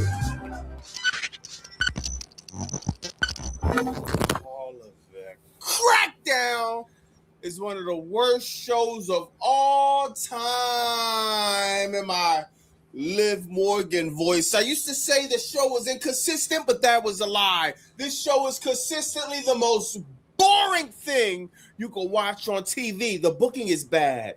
The creative is cringe. The storylines deserve an unemployment check. Oh, why you say that, Bobby Monsoon? Think about it. The storylines just ain't working. And watching this crap every week has my eyes burning. This year's King of the Ring has ended up probably being the worst King of the Ring tournament they've ever done. I cannot believe how bad these finals are. You got Obafemi versus lame event Jey Uso in a match nobody wanted and nobody cared about. All of that has been overbooking this dude for years now, and it's annoying at this point. Instead of trying to grow new superstars, they just keep trying to put the same people over again and again and again and again. When is this company going to realize that none of this is working? Jey Uso currently has over 23,000 dislikes on the YouTube video of him beating Javon Evans and advancing to the finals. Jey Uso doesn't deserve to be the king of the ring. He deserves to be the king of the dislikes, because this seems to happen every single time he gets a push. Since Obafemi got caught up to the main roster, he's been booked like a complete monster, dominating the Royal Rumble, dominating these open challenges, dominating Brock Lesnar at WrestleMania 40 snooze, and even making Brock retire for at least 30 days before he changed his mind and came back. Oba also dominated the King of the Ring tournament. I'm telling you right now, if they do all of this just for Jey Uso to beat him, it will be the dumbest booking decision of the year so far. I said it on my live. I don't care how it happens. I don't care who in the bloodline helps Jey win. That includes Jimmy Uso, Jacob Fatu, Zilla Fatu, Roman Reigns, Dwayne The Rock Johnson, or even Rikishi himself. If Jey wins, I'm going nuclear. So it seems Carmelo Hayes has gotten on Triple H's bad side for whatever reason. This is just sad, man. In NXT, Carmelo Hayes was booked like a straight star, winning the NXT championship, being at the top of the roster, being involved in some of the most memorable moments in NXT. The second he got to the main roster, Triple H has done nothing but drop the ball with booking this dude. Melo debuted on the main roster like April 2024. It's been over 24 months. This guy has barely did anything compared to what he was doing in NXT. Word. He had a fire series with Andrade. I agree, It was Bobby. 7 matches. I He agree. won the U.S. Championship. He had the U.S. Open Challenge that turned out pretty solid. And Triple H rewarded him by stripping the title away Yeah, weeks before Carmelo WrestleMania. Anthony. He even got Carmelo bounced Hayes out the first deserved round of the King of the Ring tournament by Obafemi. Then Like, he he deserved to loses be a to Ricky longer champion. Saints yesterday on Crackdown. And Ricky Saints didn't even have to do his finisher move. Carmelo Hayes lost because his shoulder hit the turnbuckle, and somehow that knocked him out. This is crazy. Wow, my man Sir Smoke-A-Lot said this, and he probably was right. Carmelo Hayes might need to change his name to Carmelo Hayes, because it seems like he's going through some Hayes situation in WWE. We all used to say, Melo don't miss, but now all of the shots he's been taking is like a bride at the altar. They all been turning into misses, and this is ridiculous. Hey, producer, Bars. you know what? Run that one record back, would ya?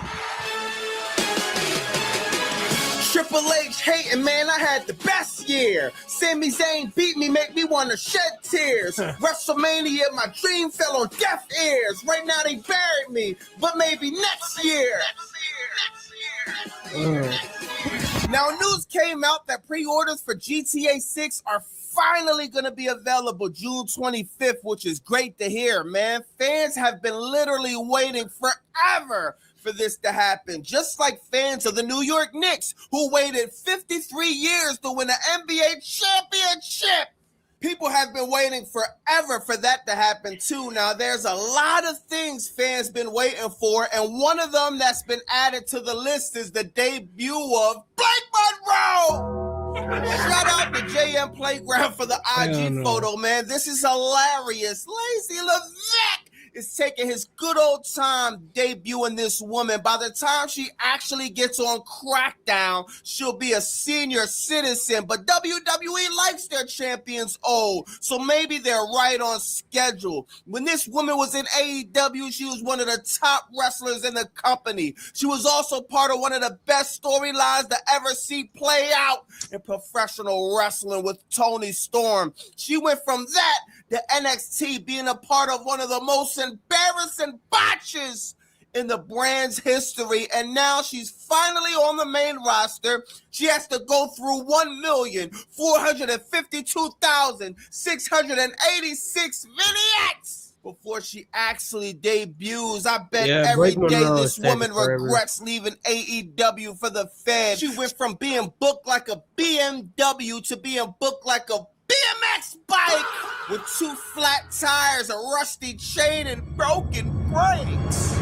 Oh, why you say that, Bobby Monsoon? Exclusively on BobbyMonsoon.com. Y'all asked for it and it's here. The Why You Say That t-shirt. I want to thank everybody that's copping the merch, that's liking, commenting, subscribing, hyping, everybody in my lives multiple times in the week, all the people in the chat.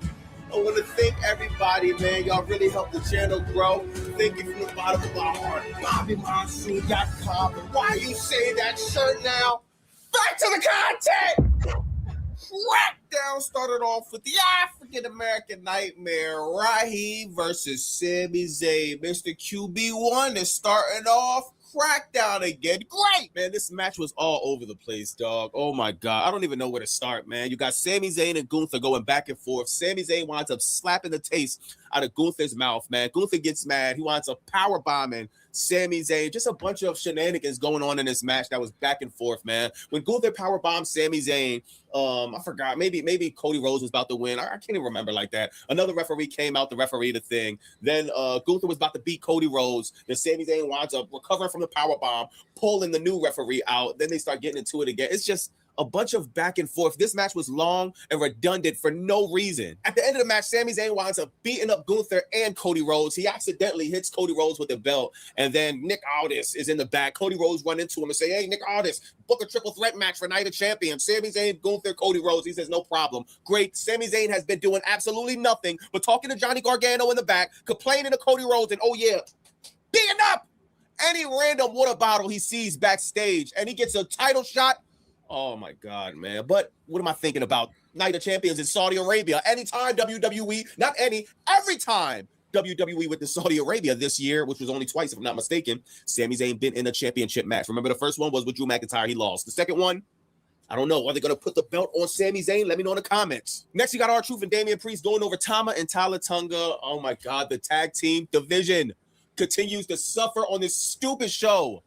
God, the Raw or Crackdown titles mean nothing. They're not even going to get defended at Night of Champions next week. Triple H seems to hate the tag team division, if you ask me. So they go over Tama Tonga, Tala, whatever, man. And oh yeah, Solo Sikoa, he actually interferes in the match after being told don't interfere in the match. He does it anyway. Seems like we've seen this 100,000 times already. So they lose the match, and now the tag team division still continues to mean absolutely nothing, or Raw or Crackdown. Great. Next, you got Ricky Saints going over Carmelo Hayes. Not Carmelo Hayes, Carmelo Hayes, duh. Like my man Sir Smoke a Lot says, man, yo, I ain't gonna lie, bro. Carmelo, it's just weird. Like I told you in the beginning of the video, Carmelo did all this good stuff, stuck it out, been a good boy, like Karrion Kross said, just to get buried.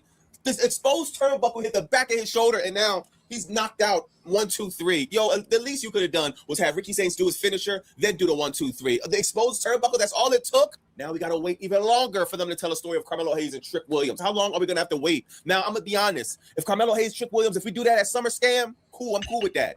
If not, what are we doing? This was a cool match, man. I just honestly don't know where Carmelo Hayes goes from here, man. They had a video showing Carmelo Hayes leaving the building, and WWE tweeted, "We got your back, Melo." Yeah, right. Next, you got Jey Uso going over Javon Evans, and I'm not going to lie, man. Now I think about it, this was Jey Uso's better matches. You know what I mean? Jey Uso, this was a solid performance in this match. Javon Evans, he's always solid in the ring. Maybe Javon Evans made Jey Uso take his game up a little bit, man. This was a solid match from both parties. I just hate it.